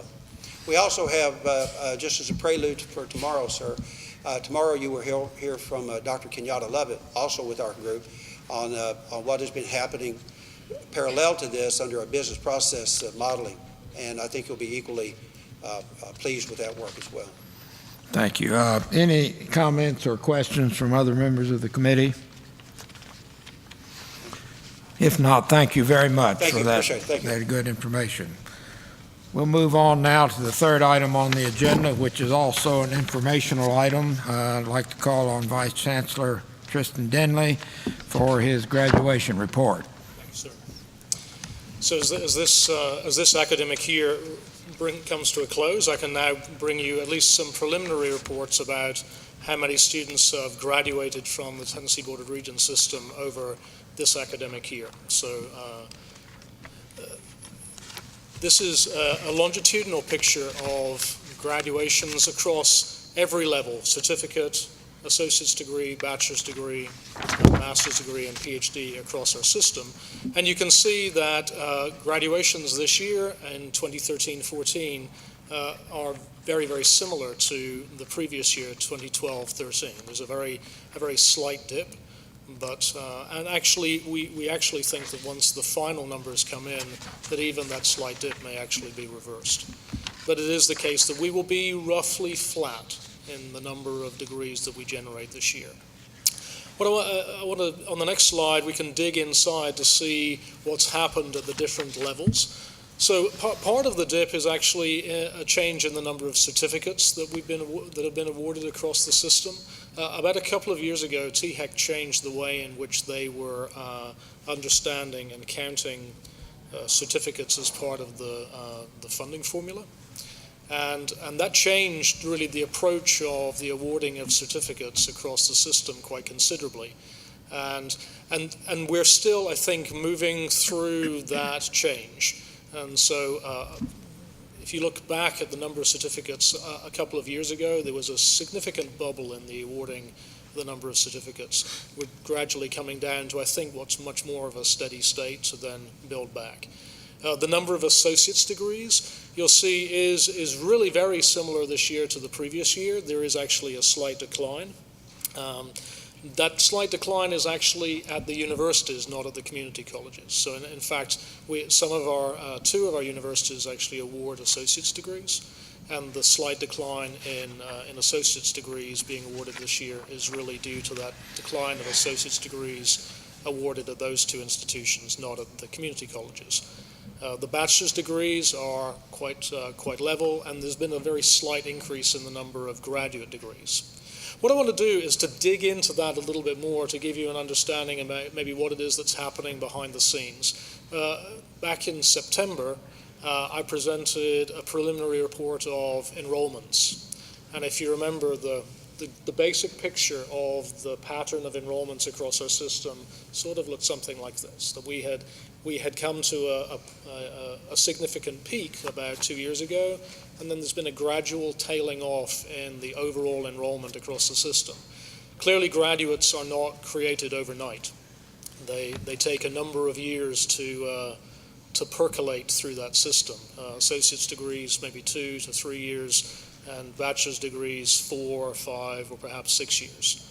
And part of what it is that we're seeing here is actually a much smaller senior class, senior in the university setting and sophomore, if you will, in the community college setting, than we have seen in previous years. And this is just really us now seeing a smaller incoming class, which we saw 3 or 4 years ago, now working its way through the overall population.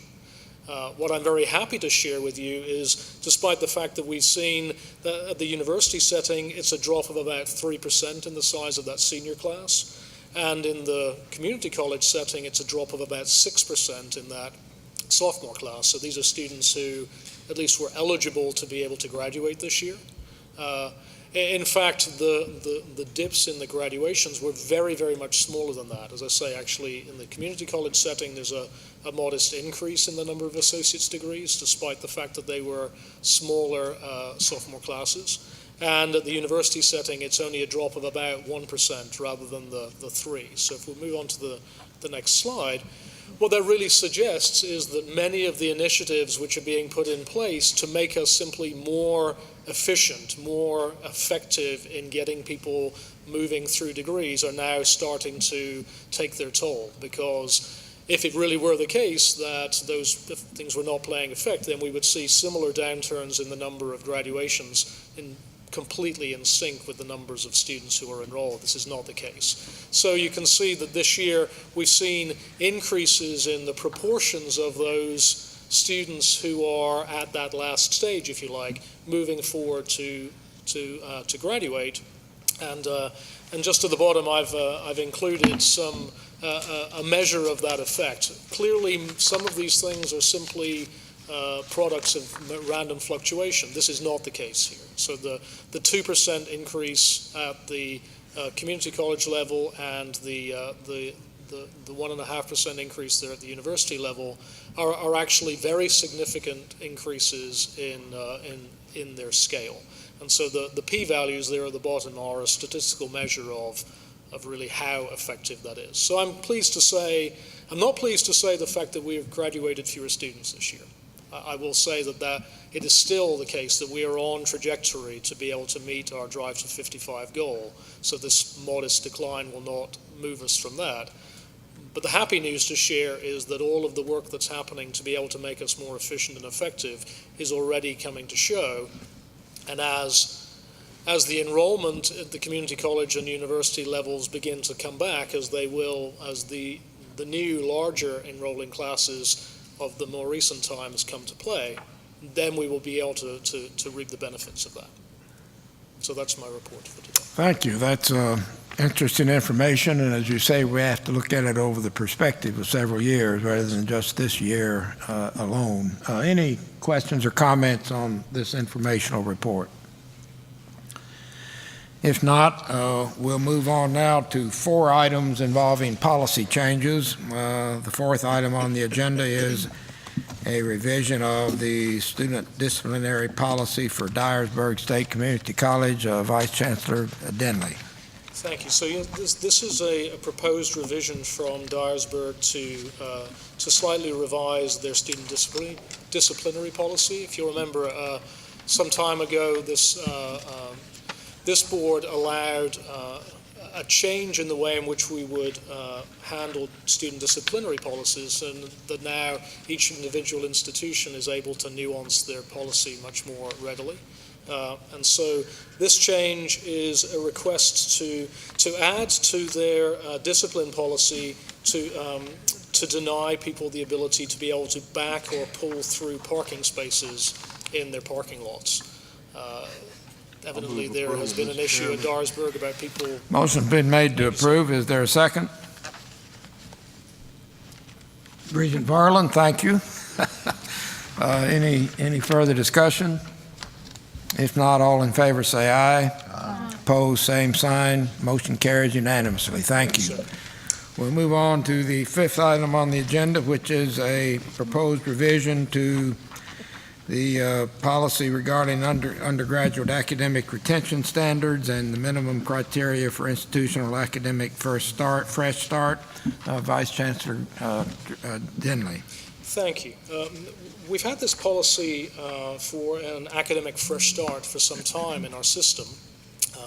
But there was a conversation that began actually from the Academic Affairs Subcouncil to take another look at this policy, especially in the light of the drive to 55, that this new atmosphere that we're in. The reality of this policy as it stood was that when students returned to higher education, having been out for several years, when they come back at the moment of admission, they had the opportunity to say, yeah, just wipe my slate clean. In other words, all of their previous grades, all of their previous credits would be removed from the calculation of their graduation GPA. Clearly, these courses have to remain inside their overall transcript, but as far as the way in which we would judge whether they had met the appropriate criteria to graduate, all of those courses would just simply be removed from consideration. So there were two significant drawbacks to that approach. And the first one was that most students who would benefit from that simply didn't realize that this policy existed until it was too late to sign up for it, because they had to do it when they first walked in the door. And often they didn't know that it existed. And the second thing, very much in the spirit of Drive to 55, is simply the fact that students, when they have successfully passed classes, it seems somewhat peculiar to now say, well, that's right, you made an A in English 1010. Yeah, but we've wiped you clean, so you have to go back and take it again. And so we had a very deep discussion about how it might be that we would recraft a fresh start policy. And the new one that I'm presenting to you today, the changes are that now a student is able to take up or enact this policy at any point during their academic career, not just simply when they first walk in the door. So there isn't a sort of a situation where by the time they hear about it, it's too late to be able to use it. And also the ability to keep the successful grades that they have in their transcript.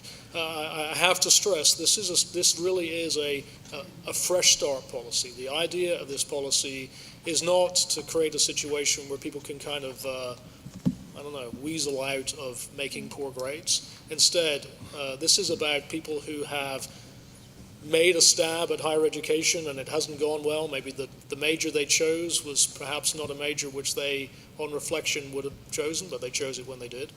And now they go out, and some significant time later, and the criteria says at least 4 years, they return to us and now say, that was then, this is now, and we would like to begin again. And so this is the change in policy that I bring to you today. Thank you. This appears to be a very positive policy revision, but any questions or comments? If not, I'll entertain a motion for approval. I have one comment. Pardon? I have one comment. Yes. My question on this, for students. Excuse me, Regent Humphrey, yes. Thank you. For students that have taken courses that are maybe a prerequisite for a later course, does this give them the flexibility to maybe go back and still take that first starter course if maybe they don't feel that they are adequately prepared after that time gap to go off and start into, say, Calculus 3? Absolutely. They still have the ability to be able to go and repeat a class, but now it's not something which they would have to do. So I can easily imagine somebody maybe makes good grades in English 1010 and 1020, and then they leave and they now have to go take 2030. It's been several years and they would like to perhaps go back and refresh their writing skills. Absolutely. They certainly have the ability to repeat those classes, but now this is not a requirement or an obligation. It's something that they can do intentionally. Absolutely. Regent Duckett. Piggybacking on that question, if they were to do that, then the grade in the refresher course would be the grade that they would carry forth on a go-forth basis, as well as the hours from the previous class would not count. Both grades would count in there. If it were a successful grade and it was retained, then both grades would now count in their overall GPA, but the second one would actually be the one which was operationalized, if you like. Well, and I guess my question becomes more of how are the hours calculated?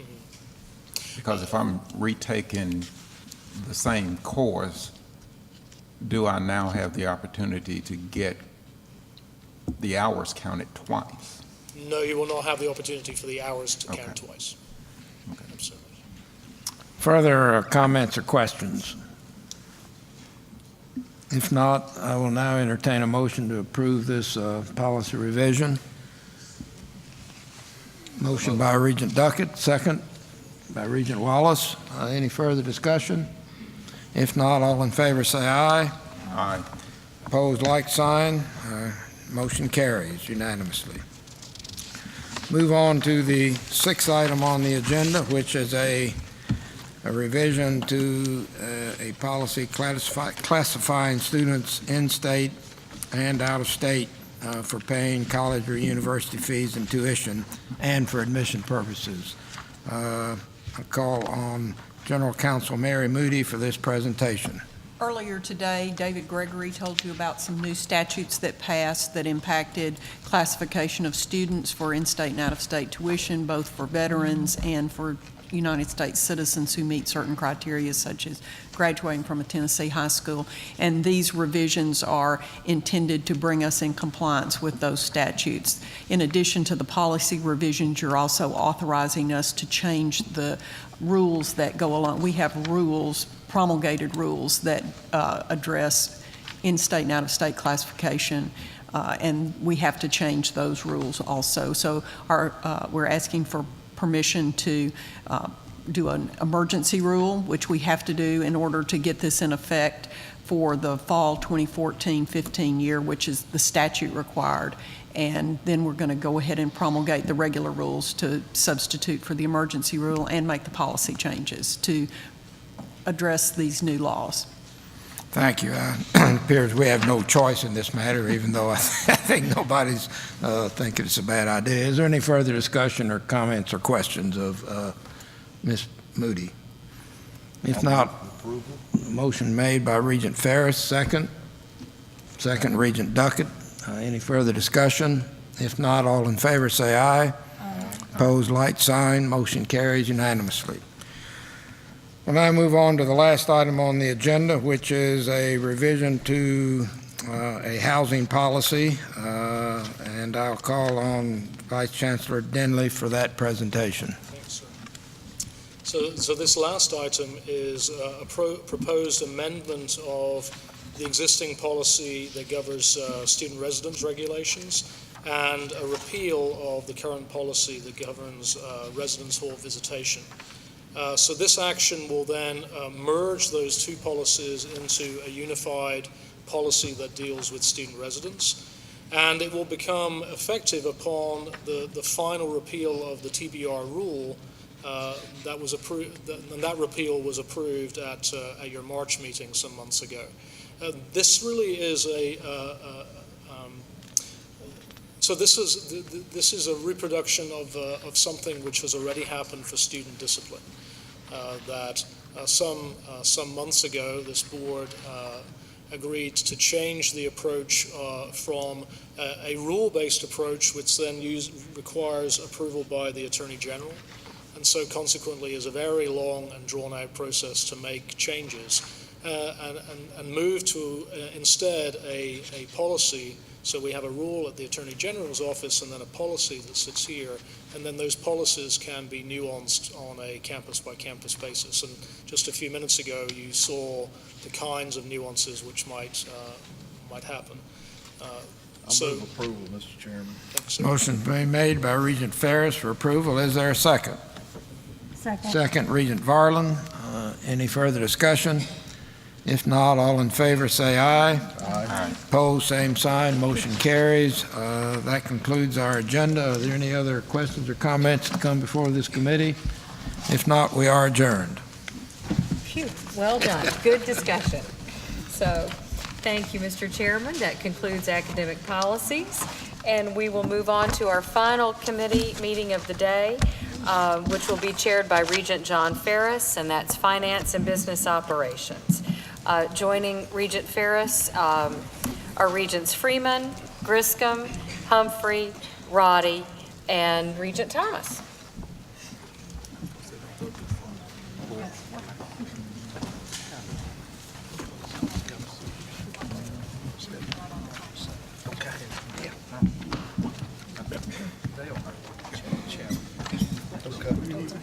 No, I'm waiting to take Mr. Ferris's seat. Yeah. Chairs. We're working pretty hard today. Yeah. Leave this here for him. He had asked for that total count. This is the total cost of emeritus contracts. Total cost of what? Regent Ferris had asked for the total cost of the emeritus contracts.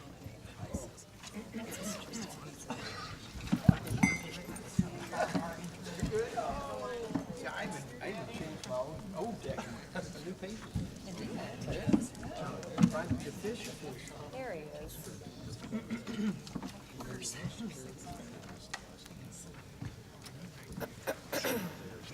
Is this another version or is this another? Sandra sent.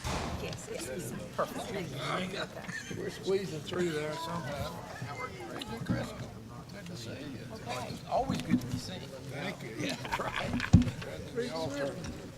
It's an honor to see you. Good to see you, sir.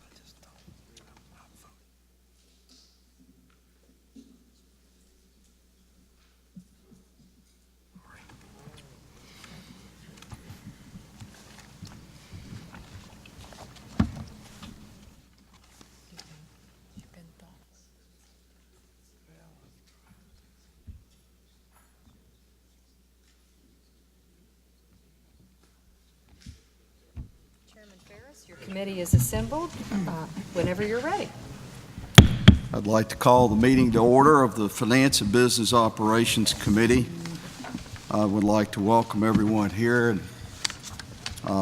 General Counsel Moody, if you'd call the roll, please. Yes, sir. Regent Ferris. Here. Regent Freeman. Here. Regent Griscom. Here. Regent Humphrey. Here. Regent Roddy. Here. Regent Thomas. Here. You have a quorum. Thank you. A quorum is present, and I'm calling the meeting to order. The first item on the agenda is a review of the consent agenda. The consent items being presented for approval are as follows. Minutes from the April 17 and May 8, 2014 special called meetings of the Finance and Business Operations Committee. Number 2, approval of proposed revisions to the following policies. Policy 4:01:04:00, solicitation and acceptance of gifts. Number 2, policy 4:03:03:00, general travel. Does anyone want to move any of the items out of the consent agenda for a separate vote? Seeing none, if not, is there a motion to approve the items on the consent agenda? Regent Thomas moves approval. Regent Griscom seconds. Does any regent wish to have any discussion on the motion? Seeing none, we'll go ahead. This calls for roll call vote. All those in favor of the consent agenda, please say aye. Aye. All those opposed? The ayes have it. The next agenda item is consideration of proposed student fees for maintenance and tuition for fiscal year 2014 and 2015. This time I call on Vice Chancellor Sims to bring us good news.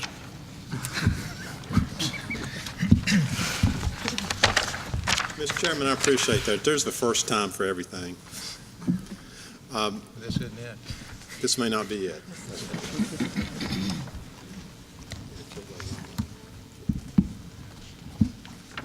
Lots of numbers on this table, and as you might want to study this table as I speak. Just in terms of introduction, as much as anything, I think for members of the audience and maybe our guests here today, the action that we are recommending the committee take today is the product of over 6 months of work by members of the committee, members of staff, and institutional staff throughout the system. The committee has met on a number of occasions, 3 since April, to focus on the issue or the question of maintenance fees, discussions of state budget issues, etc. The committee has had the duty of reviewing probably 100 to 200 pages worth of background material of various types on this topic, looking at similar charges in other jurisdictions, comparing our institutions and their revenue and spend structure to comparable institutions in other jurisdictions. So there's been a good bit of work done by the members of this committee specifically, and by the broader board. I think it's fair to say that every time that we convened a meeting of the Finance Committee, that the chair of the committee invited other members of the board to participate, and we had significant participation by non-committee members in those discussions. What's before you today are recommendations by staff. These recommendations were previously distributed. I think the end of May they were sent out to members. There's information within your board materials as well. And I know you've had opportunity to review, and I know that I've had the opportunity to ask and answer questions among various members of the committee and board about these recommendations. To summarize the recommendations, the primary driver of this year's recommendations is funding of growth in outcomes produced by our institutions that the state, for various reasons, was not in a position to fund. So just saying it directly, the staff's recommendation is that we increase tuition in order to fund that which the state was unable to fund. In essence, at least my position, I won't speak for anyone other than myself, my position is that an incentive system where you try to incentivize institutions to conduct activities to increase the numbers of awards, the number of degrees produced, that incentive system breaks down if the state and the board are not supportive of the rewards that are supposed to follow the productivity of institutions. I think it's important for the board and for members of the public and state stakeholders to understand that a little over half of the increase being recommended is attributable solely to the state's failure to fund the outcomes as recommended by the Higher Education Commission. A secondary driver of the recommendations are various initiatives and requests by institutions for funding to supplement their current operations. These vary significantly among institutions. There are requests to fund additional faculty positions at certain institutions in order to address, in some cases, bottleneck courses, but to ensure that we have adequate faculty to serve the students and move students through our system in an expeditious way. Student advising services, there are several requests that would enhance advising services for students.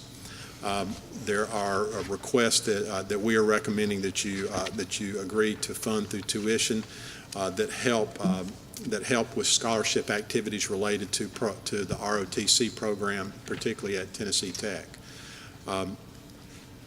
The increases that we're talking about in total, $41.5 million is the total value of the maintenance fee increases being recommended. That's a little over $24 million in the university sector, right at $15 million with community colleges, and $2.2 million in the TCAT sector. I think it's important. We tend to look at that increase is about a 4.6% increase in student revenues and maintenance fee revenues to our institutions. I think it's important that the board and others understand that student tuition revenues, student revenues are a significant funder of our system today, unlike 20 years ago. Significant funder. But the state still funds a portion. In this year's budget, the state has essentially withdrawn $5.6 million from the system in terms of recurring funding. So we have lost $5.6 million of state funding. So the net increase that the staff is recommending, net increase in total funding, is somewhere to the order of $35 million. When you look at that total revenue base, then this increase is really an increase across revenue sources of a little over 2%, 2.2, 2.3%. Mr. Chair, I think that if it pleases the committee, what I'd like to do is focus on the table in front of you. This is a table that you've seen repeatedly. It's a table that when we deal with mandatory fees as opposed to maintenance fees, you see. Just in terms of explaining the table, all these numbers are annualized numbers, and they're all measured against a student engaged in 15 credit hours of undergraduate education. The first column is labeled appropriately, Fiscal 14 total mandatory. That would be maintenance fees and mandatory fees. The second column are mandatory fees that the board has already approved. And I think significant there are three items. At Tennessee State, there was a $96 increase that's attributable to athletic fees. At Tennessee Tech, a $256 annual increase that was a combination of $56 in athletic fee increases and $200 to support debt service for a construction of a student recreation center that had significant student input in terms of that fee structure.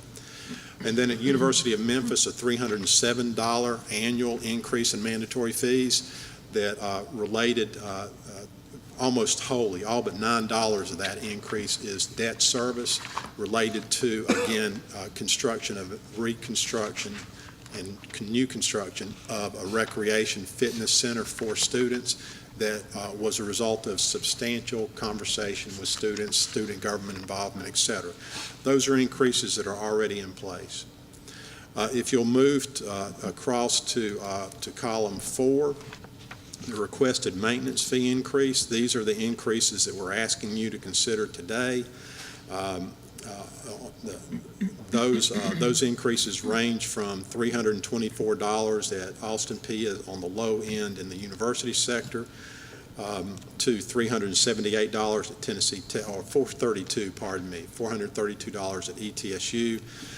The community college sector, since we administer a uniform rate there, all of those are $198 on an annual basis, just a shade under $20 a month increase. So you get to column 5, which incorporates both the mandatory and incidental mandatory fees and maintenance fees. And I won't go through all of those numbers with you. The numbers are in front of you. If you'd walk over to the far right-hand column, that looks at what is the percentage change, what is the cost change to a student engaged in 15 hours, both mandatory fees, maintenance fees at our institutions. You can see that, again, universities range from a low of 3.5 at University of Memphis to a high of 8.6 at Tennessee Tech. All of our institutions in terms of community colleges are right in that 5.2 range. Again, those numbers are substantially driven by our belief that outcomes should be funded, and if the state is not in a position to fund those outcomes, that we should find a way to navigate to fund that. Mr. Chair, the next slide, which I'm not going to ask you that you necessarily turn to at this point in time, but the next slide is the recommendation slide. And Lord knows I have the reputation. I can stand up here and talk to you for another hour and a half, and I'm not sure that that other than Regent Freeman that anyone would want me to do that. I would say that you have heard me speak on several occasions about this. I think that most of the members understand the staff's rationale for the recommendations that we are making. Unless the committee desires that we walk through the remainder of the material, I think that table that you were looking at summarizes the effect of the recommendations that we're making. So with that, Mr. Chair, I'm happy to respond to questions or move forward however, whatever the will of the committee is. Any questions? Yeah, John, I'd like to share something that we've talked about over the last couple of weeks. So it's not new to most of the members up here, and it's not new to the Chancellor or the Vice Chancellor. But I do think there's a time that comes where we've got to sit here and ask ourselves, when we're making up a gap, we basically are taking away any responsibility for others to have to step up and realize that if you make a commitment, if you made a commitment to agree that you're going to have an outcome formula, and if all of a sudden we're going to make it good, there is absolutely no incentive to ever come back around again and say, well, let me put the money in. And I think we've got to get to a point where the first cut that gets made in the state budget is not higher education. And my concern is by us doing this, we are sending that signal that it doesn't matter, that go ahead and cut us, because there's no cost. There's nothing that causes any pushback, because we're going to make it up, but we're going to make it up on the backs of those who can least afford to pay it. And that's what's troubled me, and I shared this a couple weeks ago, as you know, Dale, that we're sitting here looking at an outcome formula and saying, okay, we've got to make good on this formula, even if the other partners who set it up aren't participating. And I just think we send a signal for down the road saying it's okay, because we know they're going to do it themselves. Then the concern that I get to is, then all of a sudden somebody says, but you got to stop raising tuition. You can't keep doing this. But we're sitting here trying to make good on an obligation, when what happens is the first time that you need to cut, the cut comes in higher education. And I just really worry about us continuing to do this. And the fact it's a disincentive, but there's no price that anybody pays, because we're going to make it up. Any other comments from any of the regents? I've got any questions? Yeah, I just got. Yeah, go ahead. Regent Freeman. Mr. Sims, the first column on these budget increases, it says funding of outcomes. Can you explain to me what's in that category? Of funding of outcomes? Yes. I'm sorry, Regent Freeman, I lost my train of thought there. It was a short train, but I lost it. Funding of outcomes, each of our institutions, all of our universities have 10 metrics, such as retention at 24 hours, 36, 48, et cetera. Community colleges have a similar one, number of graduates, number of degrees granted, whether they be undergraduate or postgraduate. Research funding or research spending from external sources. Community college has workforce training activities. So there are defined metrics that the state looks to and says, that is what we're trying to incentivize. We will reward you to the degree that you grow those outcomes. So when I'm talking to you about funding that outcome growth, that's what I'm talking about is working toward funding, rewarding those institutions for the productivity that they've exhibited. So these funds are more or less directed towards student success? Yes. Graduation rates, et cetera, et cetera? Yes. The lion's share of those metrics are student success, and the lion's share of the weight that's given those is on student success metrics. And when I looked through all the various universities like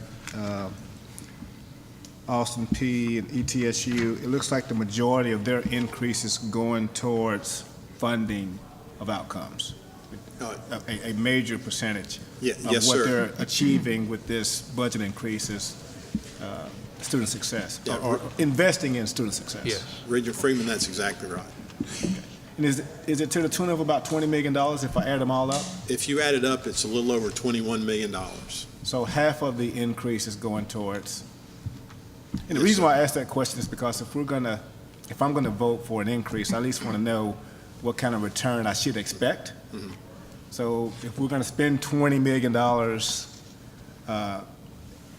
I would like to say to the university presidents and the TCAP presidents and the community college presidents that we expect something in return.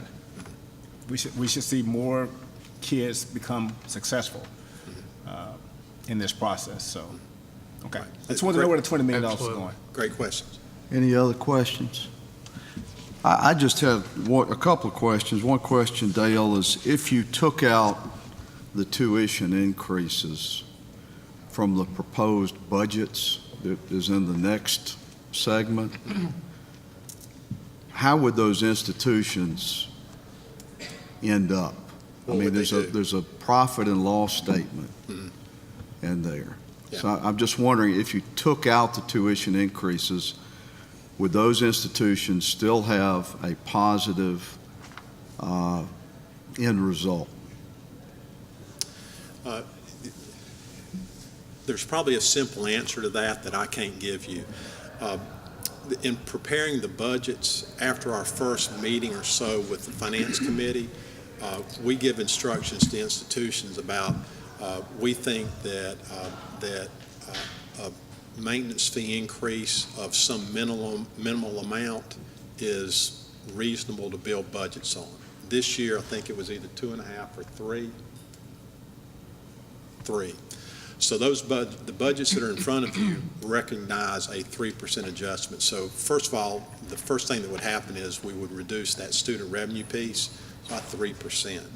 That number is already about break even because we're anticipating, at least the plan, the thought is we'll see enrollment reductions, some level of enrollment reductions or flat enrollment. So the institutions would end up making adjustments in their spending plans if the action was to not adopt tuition increases, maintenance fee increases. They would have to bring in balanced budgets. What would that mean? I think that what that means is that student advisors that they plan on hiring would not be hired. I think that institutions that had intended to retain additional faculty would not retain additional faculty. I think some of the things that are itemized in those plans that you see would not happen. There's a level of inflationary cost within their base budgets. What I'm aware of software, and I can't speak to software probably the way many people on the committee can, but it's in that industry, it's pretty common to have a 4 or 5% inflation factor built into your maintenance cost on your software annually. Institutions will have to find a way to manage that. Utility cost, gasoline costs. We're seeing in the papers today, due to world situations, how fuel costs are likely to rise over the next several months. People will have to manage that as part of their budget. So, Mr. Chairman, I think it's a great question. The fact is that if maintenance fees are not adjusted, that institutions will adapt to that. I think the other thing that happens, though, if the recommendation is not adopted, there's a break in faith with institutions about what does this form. You've told me, and when I say you, I'm speaking big you.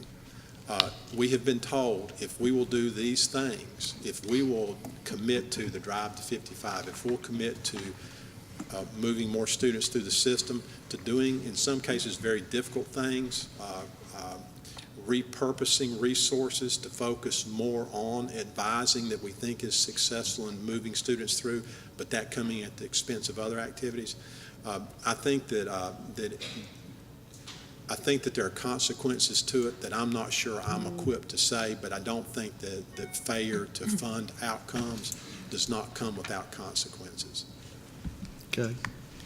John, Regent.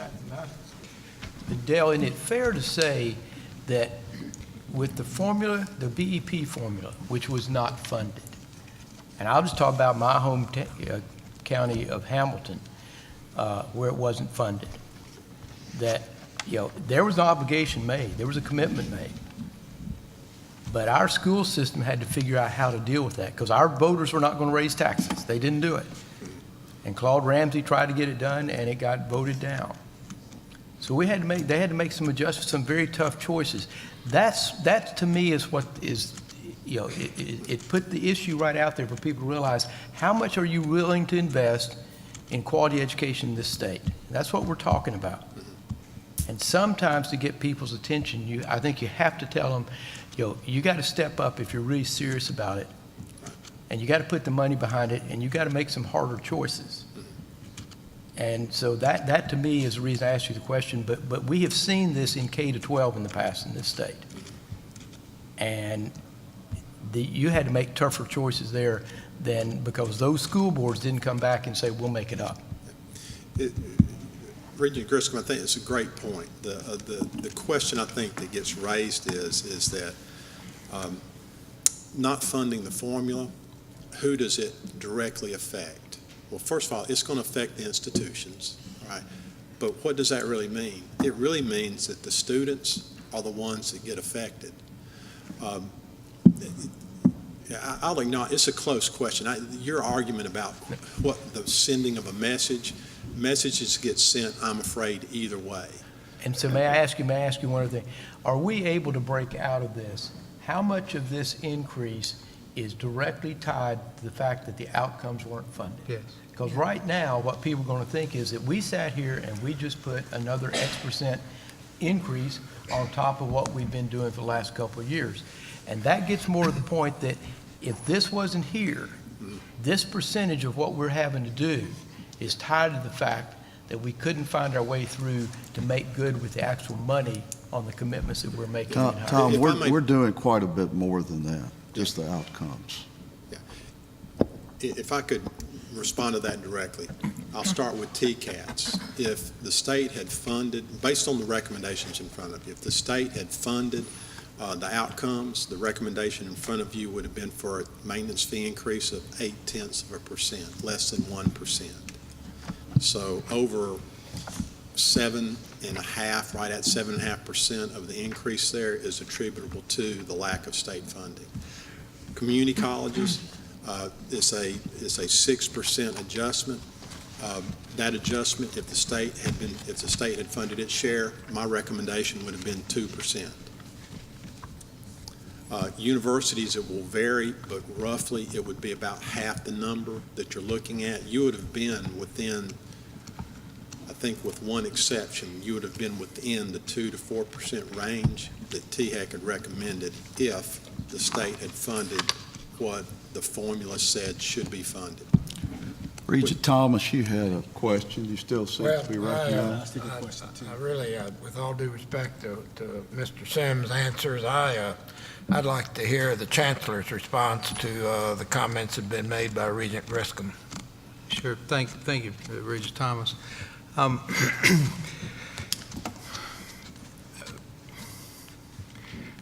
There is no doubt in my mind, but what Governor Haslam is supportive of public higher education.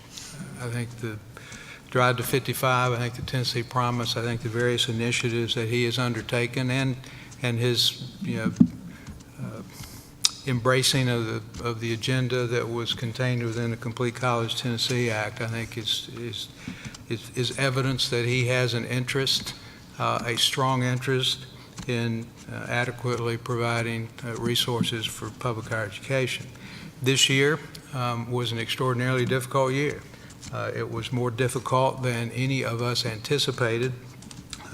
Problems with the franchise and excise, particularly the excise tax base, continued to erode the ability of the state to develop a budget that could meet the needs that the governor had established as important priorities. so we are where we are. In the end, the state was not in a position to fund, and as Dale has pointed out, half or more of the recommendations that we're making are attributable to that fact. But having said that, your point, Regent Griscom, is exactly right. We have to get to the point where public higher education is viewed as a priority that is to be funded. The BEP, there was a year or two where there was a BEP problem. What followed that problem was an increase in state taxes to produce revenues that were sufficient to have funded the BEP fully every year since then. And there's never a question about that. When the budget is first developed, kind of the first number that goes on the page is what does it take to fully fund the BEP. Our task is to get higher education in that same place so that and the cards to me seem to be aligning around that. I think there's never been a greater understanding there is today in the state about the imperative to raise education attainment levels, to produce credentials, to get to a 55% number or greater in order to support the economy we have and the economy we want to have. But having said that, the reality of this year's budget was that it couldn't be funded. If we are to make progress toward student achievement and student success, and I think as we've heard today, and I think as you will hear tomorrow, this system, our institutions, and this is true of the University of Tennessee system as well, we're focused on that goal. The resources that are being asked to be provided here are not resources to do things that don't matter. They're resources to invest in those things that we know can make a difference in terms of student success. How we raise higher education to the level of priority that it needs to be raised, I don't know. I know that there's a conversation very similar to this going on over in East Tennessee with the University of Tennessee Board. Dr. DiPietro had made some statements today about the absolute necessity to figure out how we convince the public and, more importantly, convince policymakers that this is among the first things that has to be funded if the state's going to achieve its development goals. I think that's incumbent on everybody in this room to figure out how to push that message forward. And you're right, we can't continue to do this, but on the other hand, we can't really, I think in good conscience, deprive our institutions of the resources they need to be successful with the students that we have a responsibility to be successful with. So it is in fact a dilemma, and I appreciate everybody's concern, and we are open to ideas about how we raise awareness and raise the priority perception of higher education to be on the front end of budgets instead of on the back end. All right, Regent Freeman. Just a couple points. And I understand what Regent Griscom is saying exactly. However, we only control what we can control. And right now where we are, we need to have additional revenue into the system to fund those very important initiatives the Chancellor was talking about. We could be victorious in getting other folks' attention to this problem, but it would be at the expense of our students. If we decided not to have a tuition increase, it would be what people call a Pyrrhic victory, where you win but you really lose. And so I think we have to go forward where we are now and do the work on getting their attention over the next 12 months. But we have to do what we got to do right now for this system. All right, Regent Griscom, or Regent Freeman, Regent Thomas. I'd just like to echo that I agree with what Regent Freeman just said. All right, is there a motion to approve this? I so move. All right, Regent Thomas moves and Regent Freeman seconds.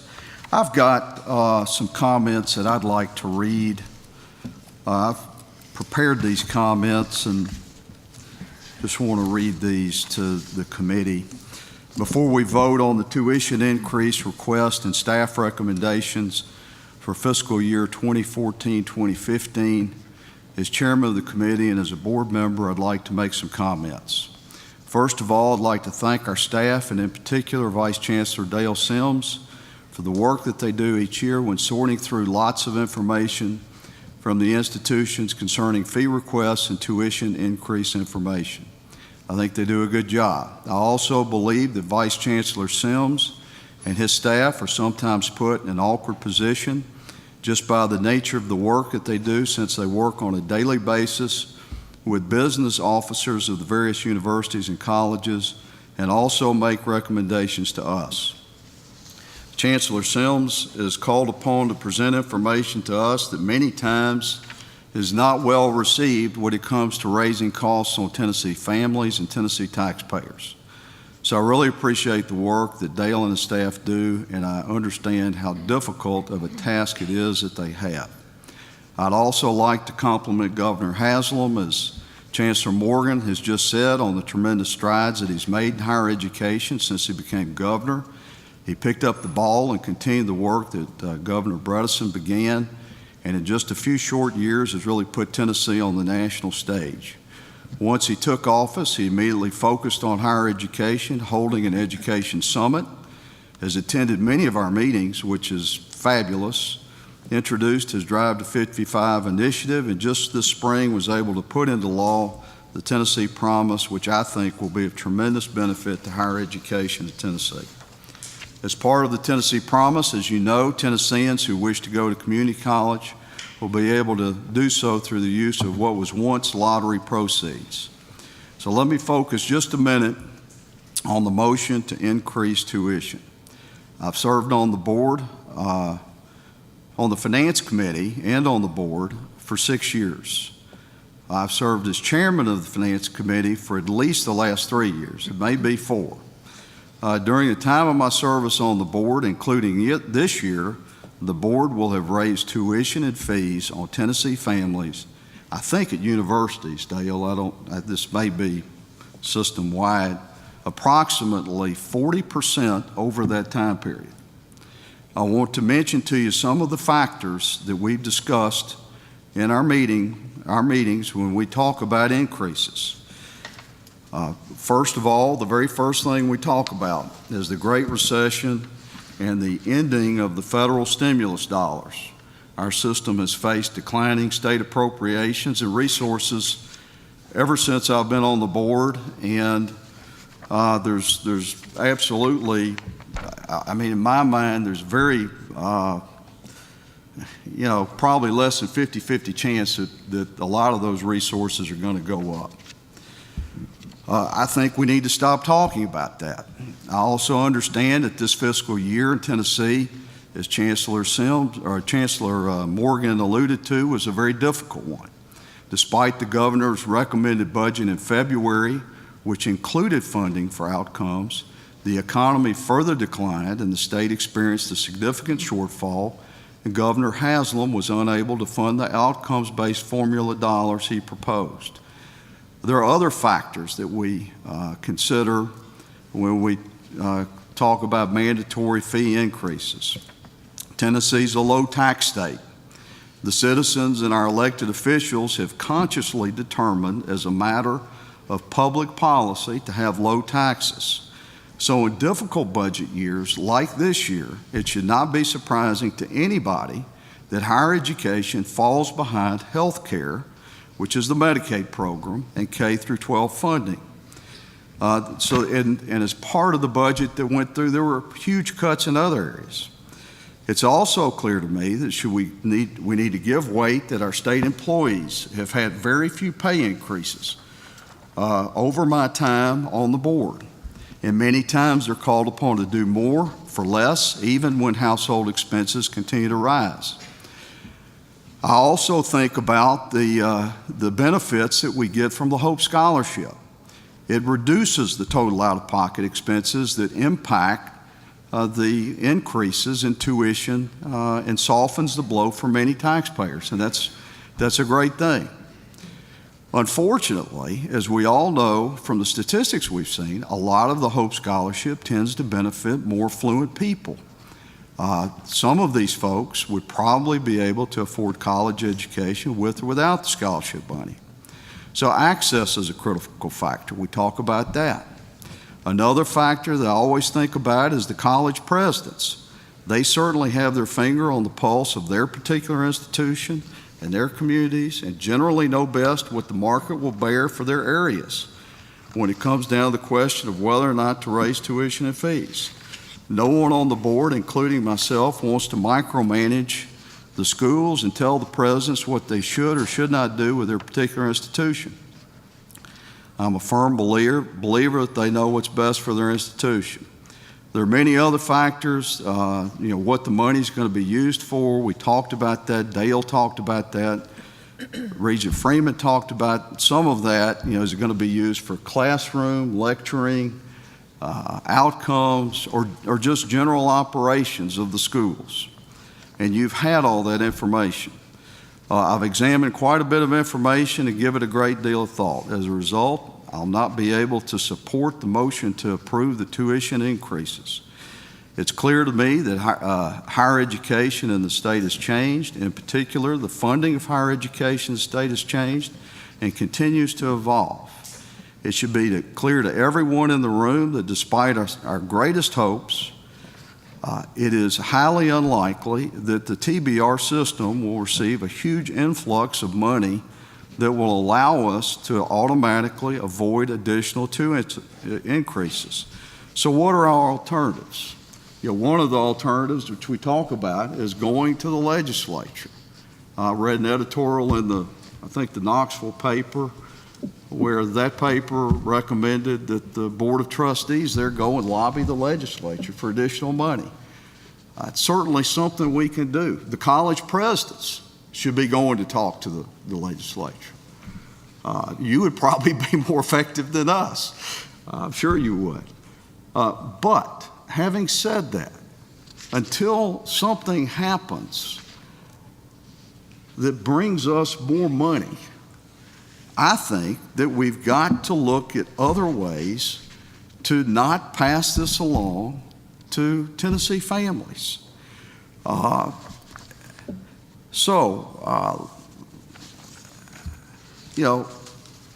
the board going to do? I've been on the board 5 years. We increased tuition 5 years. In my opinion, we know what's going to happen next year, or we know something about what's going to happen next year. And so I don't think that raising tuition at the levels we've been raising are sustainable. I just don't think it's sustainable. So what's less clear to me, or perhaps what has not changed enough, in my opinion, is our focus on operational efficiencies and our ability to provide a great product with fewer resources. To me, that is a challenge that we face now, and it's a challenge that we're going to face in the future. So we might as well just bear down on it. For this proposal, I don't think we've done enough to hold the line on costs and examine all the operational efficiencies at the various institutions.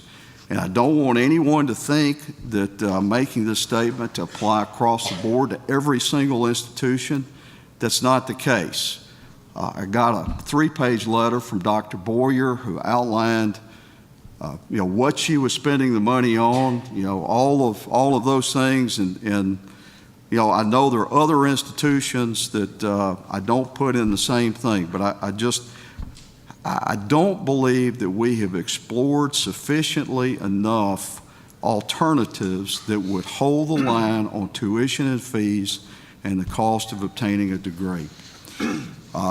I look at myself as a fiduciary who has an obligation to make sure that every dollar is spent wisely, and in my opinion, not to spend any more than is absolutely necessary. And I'm just trying to, let me see if I can pare this down. I probably repeated myself some. But I'd like to encourage my colleagues to continue to become more involved, ask questions about the increases in fees that have been requested of us, the resources available to the institutions in order to avoid the increase. And there's got to be, in my mind, there has got to be another way of a combination of perhaps additional revenue, tuition increases, or additional revenue from the state, tuition increases, and efficiencies. And in my opinion, there has to be a greater examination of the role of each institution, its operations and expenses before we continue to make these increases. So I'm going to be, Regent Thomas, Regent Griscom, I'm going to be voting no on your motion. I have expressed my opinions to... I think you meant Regent Freeman. Regent Freeman, I'm sorry. I've been told no before. Okay. I have expressed my views to Vice Chancellor Sims for some time. He knows that I'm frustrated. And I think this board, like Regent Griscom said a moment ago, I think the board, whatever way we do it, we have got to step up and require change, because raising tuition and fees the way we have been doing it is not sustainable. It makes us less competitive, and it imposes incredible financial burdens upon the young people and families in our state. So I just want to express my views. I don't mean them at all in a negative way. I just think that before we do this, we should take a look at some other things. So are there any other comments or questions on the motion? Regent Thomas.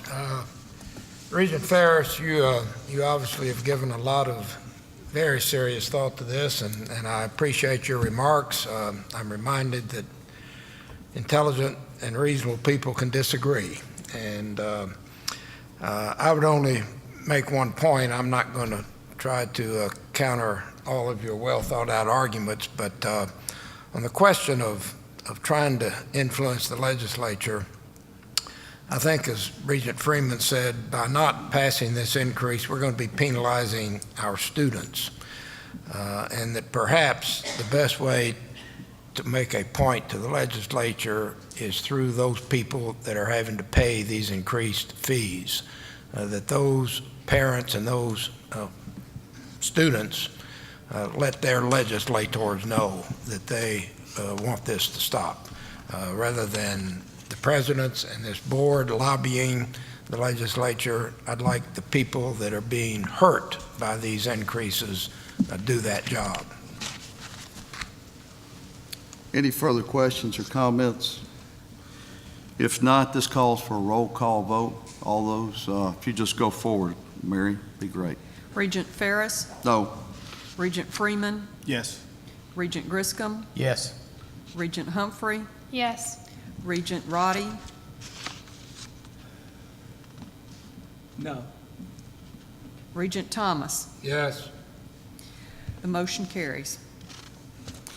The final agenda item is approval of funding for operations for the 2014-2015 year. I'd like to call on Vice Chancellor Sims for his presentation.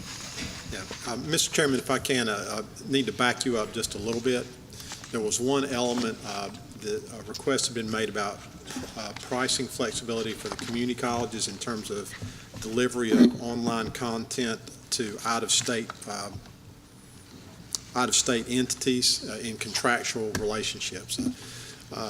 When we have a community college that may have either unique curriculum or an employer outside the state that would like to have one of our institutions deliver that instruction to their employees, the requirement that we charge out-of-state tuition as well as our maintenance fees can make us price non-competitive, so to speak. What the request that has been made in the proposal that or recommendation staff has before you is that you give the chancellor, delegate to the chancellor authority to entertain specific proposals from community colleges as to situations where they believe that that our current structure is not competitive outside the state of Tennessee.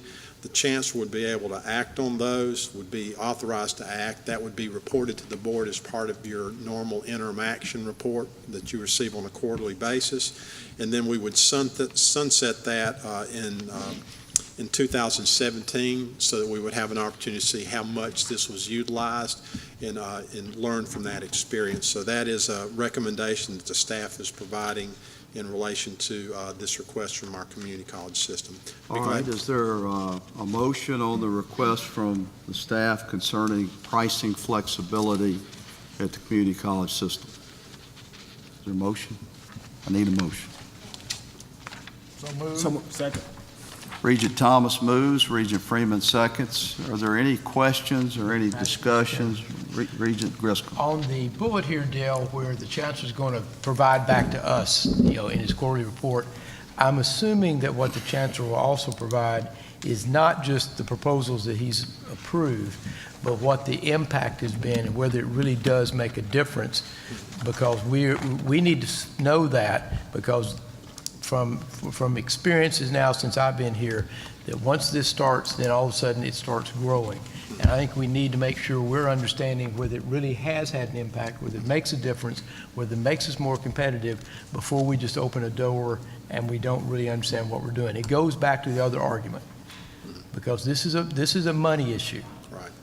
And we got to really be careful when we go in here, and now we're starting to take money out, because what we've done for all the four-year schools, if I've read it right, is we have just approved taking out a lot of out-of-state tuition money. And so we're doing things that are clearly making potentially the hole a little bit deeper. So Regent Griscom, is that, is that a comment, or are you trying to, you'd like to make some? I just wanted Sure, to and share that point with the chancellor. And Regent Gertz, we'll be happy to make sure that as we progress with this, that we'll give you a full report about when this is used.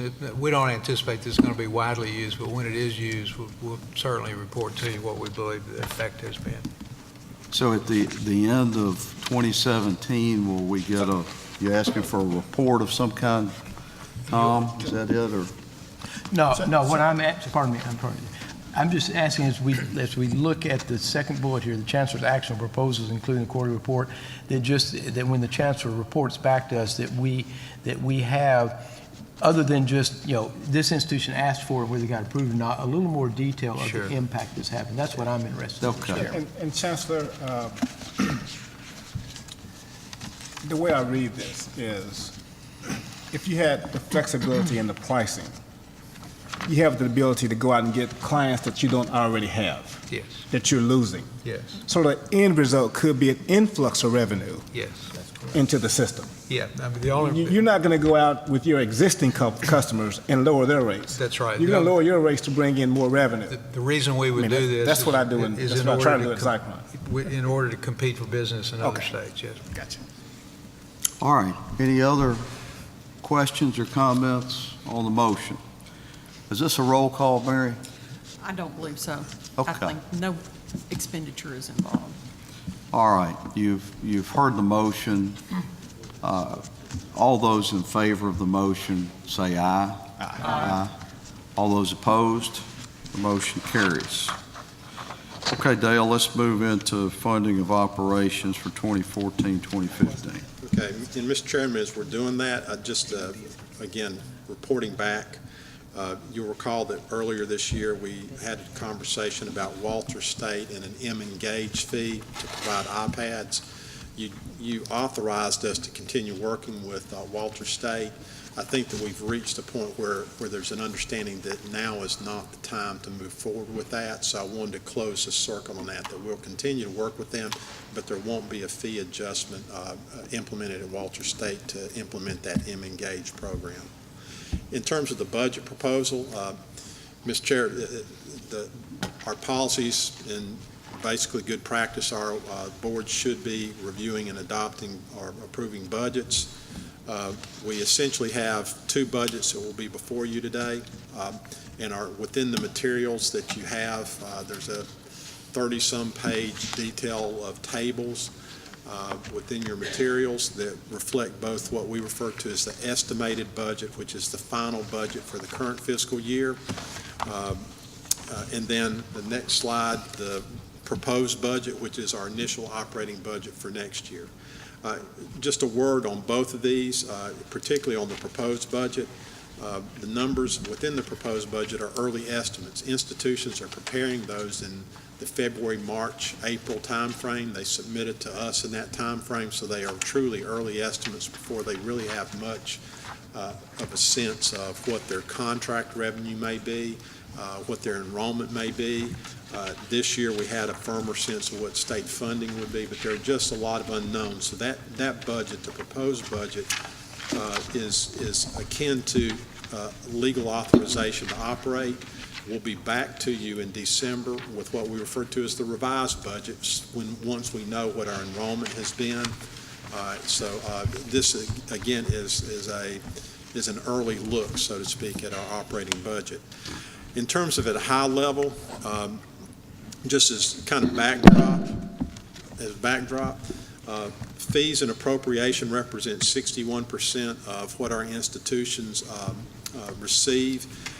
What we attempt to do on this slide is show you what that pays for, and basically functionally fees and appropriations fund everything that we do in terms of our functional categories, all the way from instruction to scholarship to plan operation, etc. Smaller piece, sales and services, comes from where we assess people for services that we provide, kind of fee for service.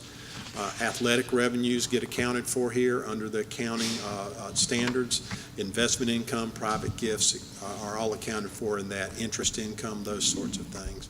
And again, they are unrestricted as to use. They can be used generally for any purpose that the institution has. The other pieces here, the green part, restricted money represents about 30% of what we receive in as a system. That is generally student financial aid, not exclusively, but generally. We do have a healthy piece of that is research, either federally funded or from other organizations. And again, the reason it's restricted is we are prohibited from using it for purposes other than the purposes given to us by the grantor agency. And then lastly, auxiliaries. At our institutions, you can see the four that we generally have. And those are essentially, the goal is to charge fees for those auxiliaries that balance out against the expenditures. So housing should be self-supporting, bookstore operations, food services, etc. With that, just as a high-level view, taking a look at revenues by source, both estimated 2013-14 and proposed for next year, no real significant shifts between the areas that we're receiving revenues from. The total there is just a little north of $2.8 billion in both years. There's a $12 million difference in total between those two fiscal years. Maybe on the next page, you can see the numbers attached to that. You can see our state appropriation is down. I'd mentioned earlier that it was down by $5.6 million. That didn't account for non-recurring state appropriations that we've also lost, so we're down about 1% there. In terms of student revenues, the big reason for the change there, that 9% change, primarily the debt service fees that I previously touched on at Tennessee Tech and at University of Memphis. Those are the big drivers for that number. If there aren't questions, the next page, we start looking at how the money is allocated out in terms of the spend. This is by functional area. Instruction continues to be the lion's share of that. When you think about the academic expenditures at a campus, academic support, public service, research, and instruction clearly is the lion's share of what we do spend resources on. Would note that, pardon me, forget what I was getting ready to say. Next page. Expenditures by function, the table here. Research, this is where I was getting ahead of myself. Research, you can see that both on a percentage and dollar basis, that's down substantially. We usually see this in the proposed budget. We have several institutions that at this point in time have not finalized the split of faculty salaries between instruction, public service, and research. So that number is a little artificially low. We also have had, at least at some of our institutions, research grant funding that was non-recurring in nature last year that they don't believe will recur this year. So that research number is influenced there.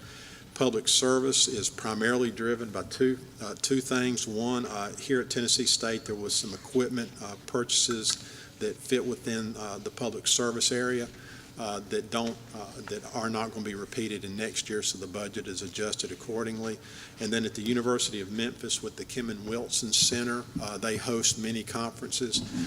Those conference revenues have not been finalized. As you might imagine, conferences are kind of a rolling business in terms of contracting for that. So that number, I would suspect when you look at this in December, that number will be more in line with the current year number. Next page is just, again, to give you a more comprehensive view. The chart on the left-hand, or the pie graph on the left-hand side, is our unrestricted only. Those are the numbers we've been talking about. When you look at the chart on the right-hand side, that includes our restricted funding. I'd call your attention to the light green piece on scholarships. You can see that restricted dollars, there's substantial support for scholarship with those restricted dollars. That can be federal Pell Grant, lottery scholarship money, TSAA grant money, so all sorts of scholarship funding recognized there in terms of restricted. Instruction benefits slightly, about $66 million from restricted funding. And research is another one that receives substantial support, about $58 million, so almost a doubling of the research effort from restricted funds. Next chart, natural classification. What is the money used for? Salary and benefits. Almost anywhere from 70 to 75% of our spend is on salaries and benefits. The travel budget, you'll see that and you'll see on the next page, there's a substantial reduction in travel. That, again, is part of this cycle. We ordinarily see that where entities, in proposing their budgets, are dedicating resources to their human resource side.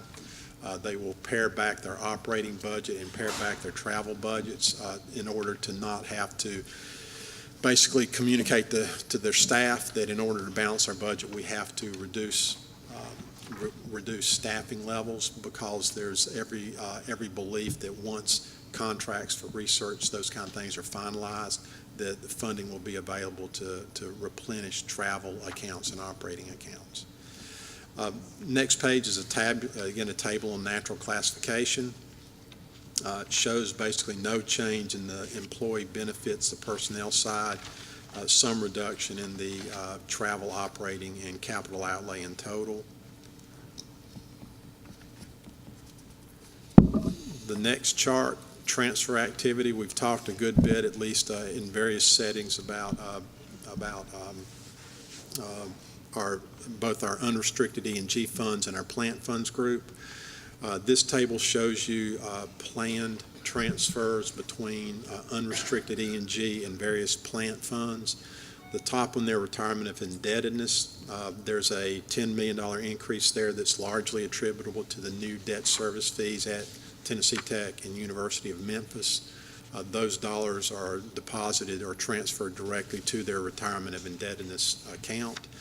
Unexpended plant is down about $1 million between the 2 years, so institutions are expecting to not make the level of deposits that they have made in prior years to their unexpended plant, and the same is true for renewal and replacement funding.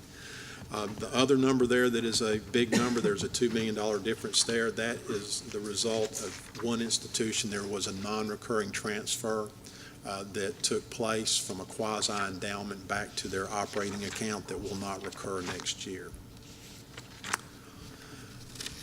Next chart, in terms of funds that are available and applied, essentially we start with unrestricted fund balances. These are planned numbers.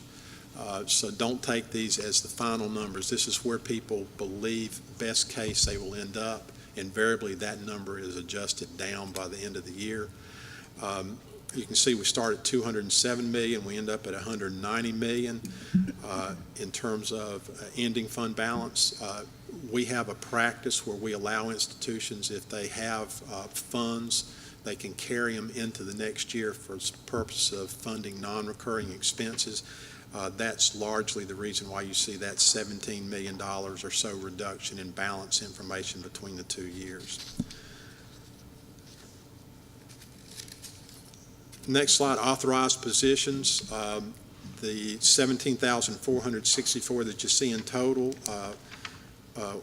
the positions, there's some ins and outs, but essentially about 14 position growth. Within the unrestricted positions are up about 27. Most of those are in the professional area, and that's largely attributable to professional counselors, professional advisors, a point of emphasis that our institutions have engaged in. The restricted numbers are down about 13, and again, in total, we're up about 14 total positions. Members of the committee, this is the last slide in this group, the last item on the budgets. This summarizes, we've walked through each of these individually. They tie back, this slide ties back to the presentations you've seen. They tie back to the detailed information, the 33 pages of budget material that you received as part of your board materials. This is what the staff is recommending be approved as our final budget for fiscal 14 and our initial operating budget for fiscal 15. With that, Mr. Chairman, I'd be glad to try to answer questions members might have. All right, is there a motion on Vice Chancellor Sims' presentation? So moved. Second. Regent Thomas moves, and I think as Regent Griscom. Yes, sir. Moved the recommended budget presented by Dale. Any questions or comments? Dale, could you go back a couple slides? Yes. I can't, but Carol can. Carol, go forward. Carol. Keep going. Go forward.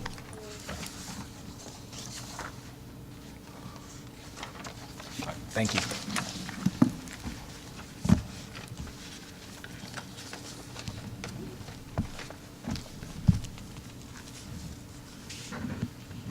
You have a question, Regent Freeman? I got it.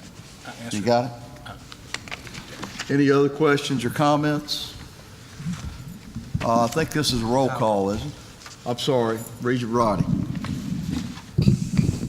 I just wanted to say that from an advocacy standpoint, I think what UT is considering is pretty important. And I think that if their board gets involved and their students and our board, I think letting the General Assembly know the impact of this on the Complete College Act if college becomes unaffordable. Now, the Tennessee Promise will help high school graduates get into community colleges, and it would be great if eventually we could allow those that finish community college to articulate on into four-year universities in order to complete their degrees. But I think we've got to have a strategy, and I think it's going to take all of us getting together to let them know the impact of this, not only in the drive to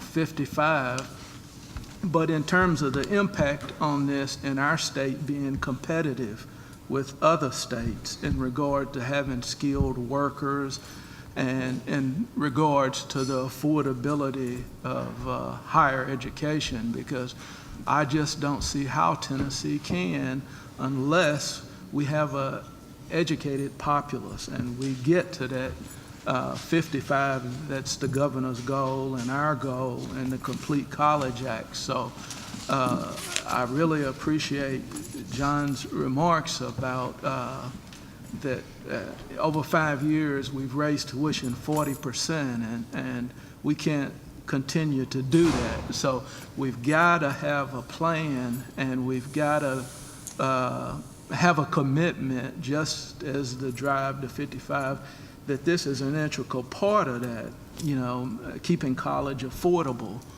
And so I know you got to have a balanced budget too, though, Dale. And, you know, but I think that, as I said, that we can't continue every year to raise tuition 4 to 6%, you know, and yet the cost of everything else is continuing to increase. So we've got, our state has to find another source of revenue to help complement what the students are putting in and the Tennessee Law, the scholarship. So I hope that we'll, as a board, come up with a strategy that will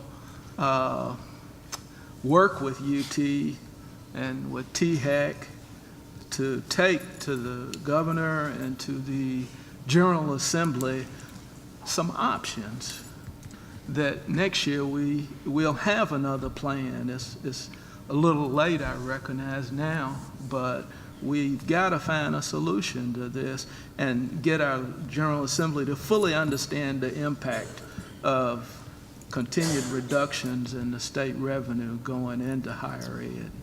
Well, if you look at some of the social media out there on this, Howard, yes, the general public doesn't understand. They do not understand how we can continue to raise tuition at the rates that we've raised tuition when inflation is almost non-existent. You're right. And they have budgets at home, you know, and you know, they can't just raise rates when they want to. They have to live within what they have. And so I fully agree with what you said. Unfortunately, we had more people that disagree with what I was saying earlier. And but you're right, we do have to have a plan. You know, because John, it's going to maybe continue on, in my opinion. Maybe it's on our Finance and Business Committee to work on this. And I'm sure willing to help you. All right. Any other questions, comments, Freeman? Regent Freeman. I want to thank Regent Roddy for speaking so long. It gave me an idea, gave me a way to formalize my question that I had, that I can think of. So I appreciate that, Regent Roddy. While we disagreed, it was a win-win. Dale, on slide 37. Why is it I feel like I'm the loser in this? Under expenditures by function, the fourth item down, it says academic support. And 13-14 estimated, we're going to spend about $163 million. And then FY 14-15, $158 million. What are we losing with the $5 million decrease? Yeah, it always frightens me, a guy who barely graduated from college, to see academic support go down because I was a guy that needed it. Yeah.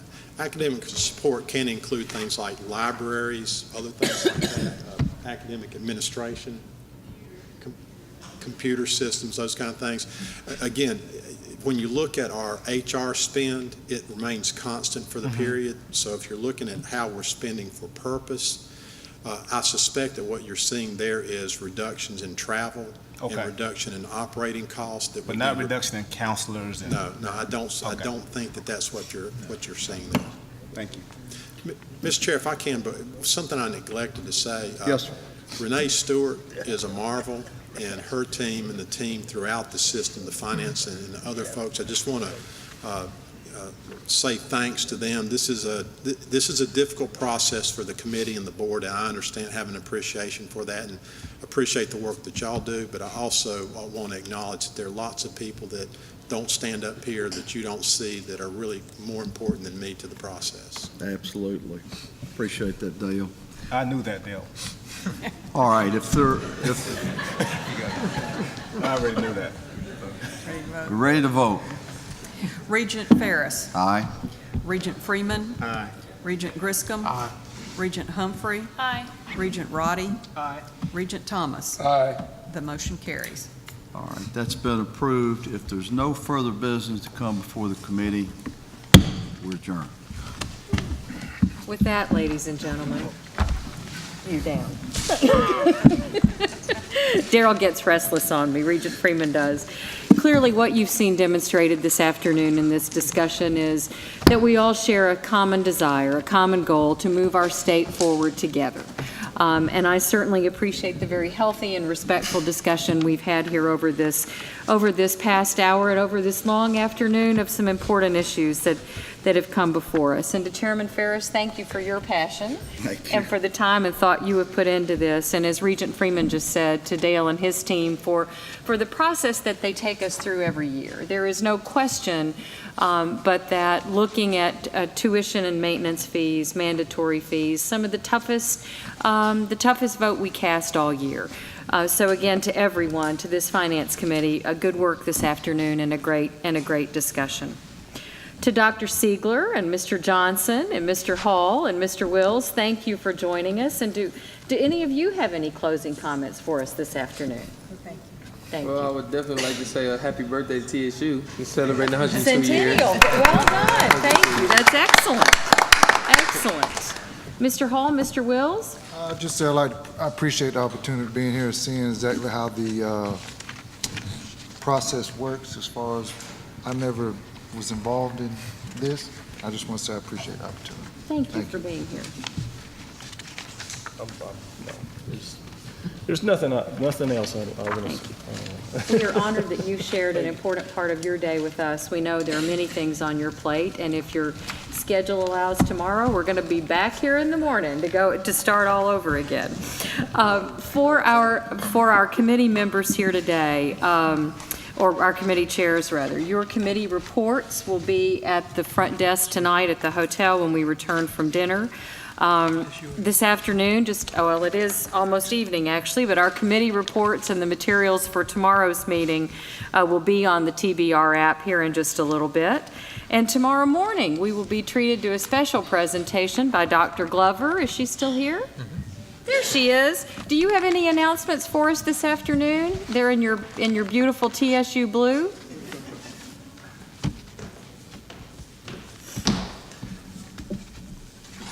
Good afternoon. Thank you, Regent Reynolds, Regent Ferris. Thank you all for coming to our campus. It's a pleasure to host you. Hope you've enjoyed the first day, part of the first day, this phase of it. I just want to give you the logistics for the rest of today. The shuttle is outside now to take you back to the hotel. I think it's been here quite a while. And there's a hospitality suite at the hotel from 4 to 6 on the first floor. And at 6, the shuttle will be there to transport you to Avon Williams for the reception. It starts at 6:15, and dinner starts at 7. So we'll see you all there, and see you in the morning. Thank you. We are looking forward to it. Thank you. Tomorrow morning, back here at 9 with Dr. Glover, our full board will then meet at 9:30. And a reminder to all of us, after the meeting tomorrow, we have group photos with the board, with the presidents of our colleges and our directors of our TCATs, and that will be on the steps in front of this building. Chancellor Morgan, anything else this afternoon, sir? No, ma'am. Just thank everyone for their participation and a very thoughtful conversation. I very much appreciate it. Thank you all. Thank you, TSU. We stand adjourned.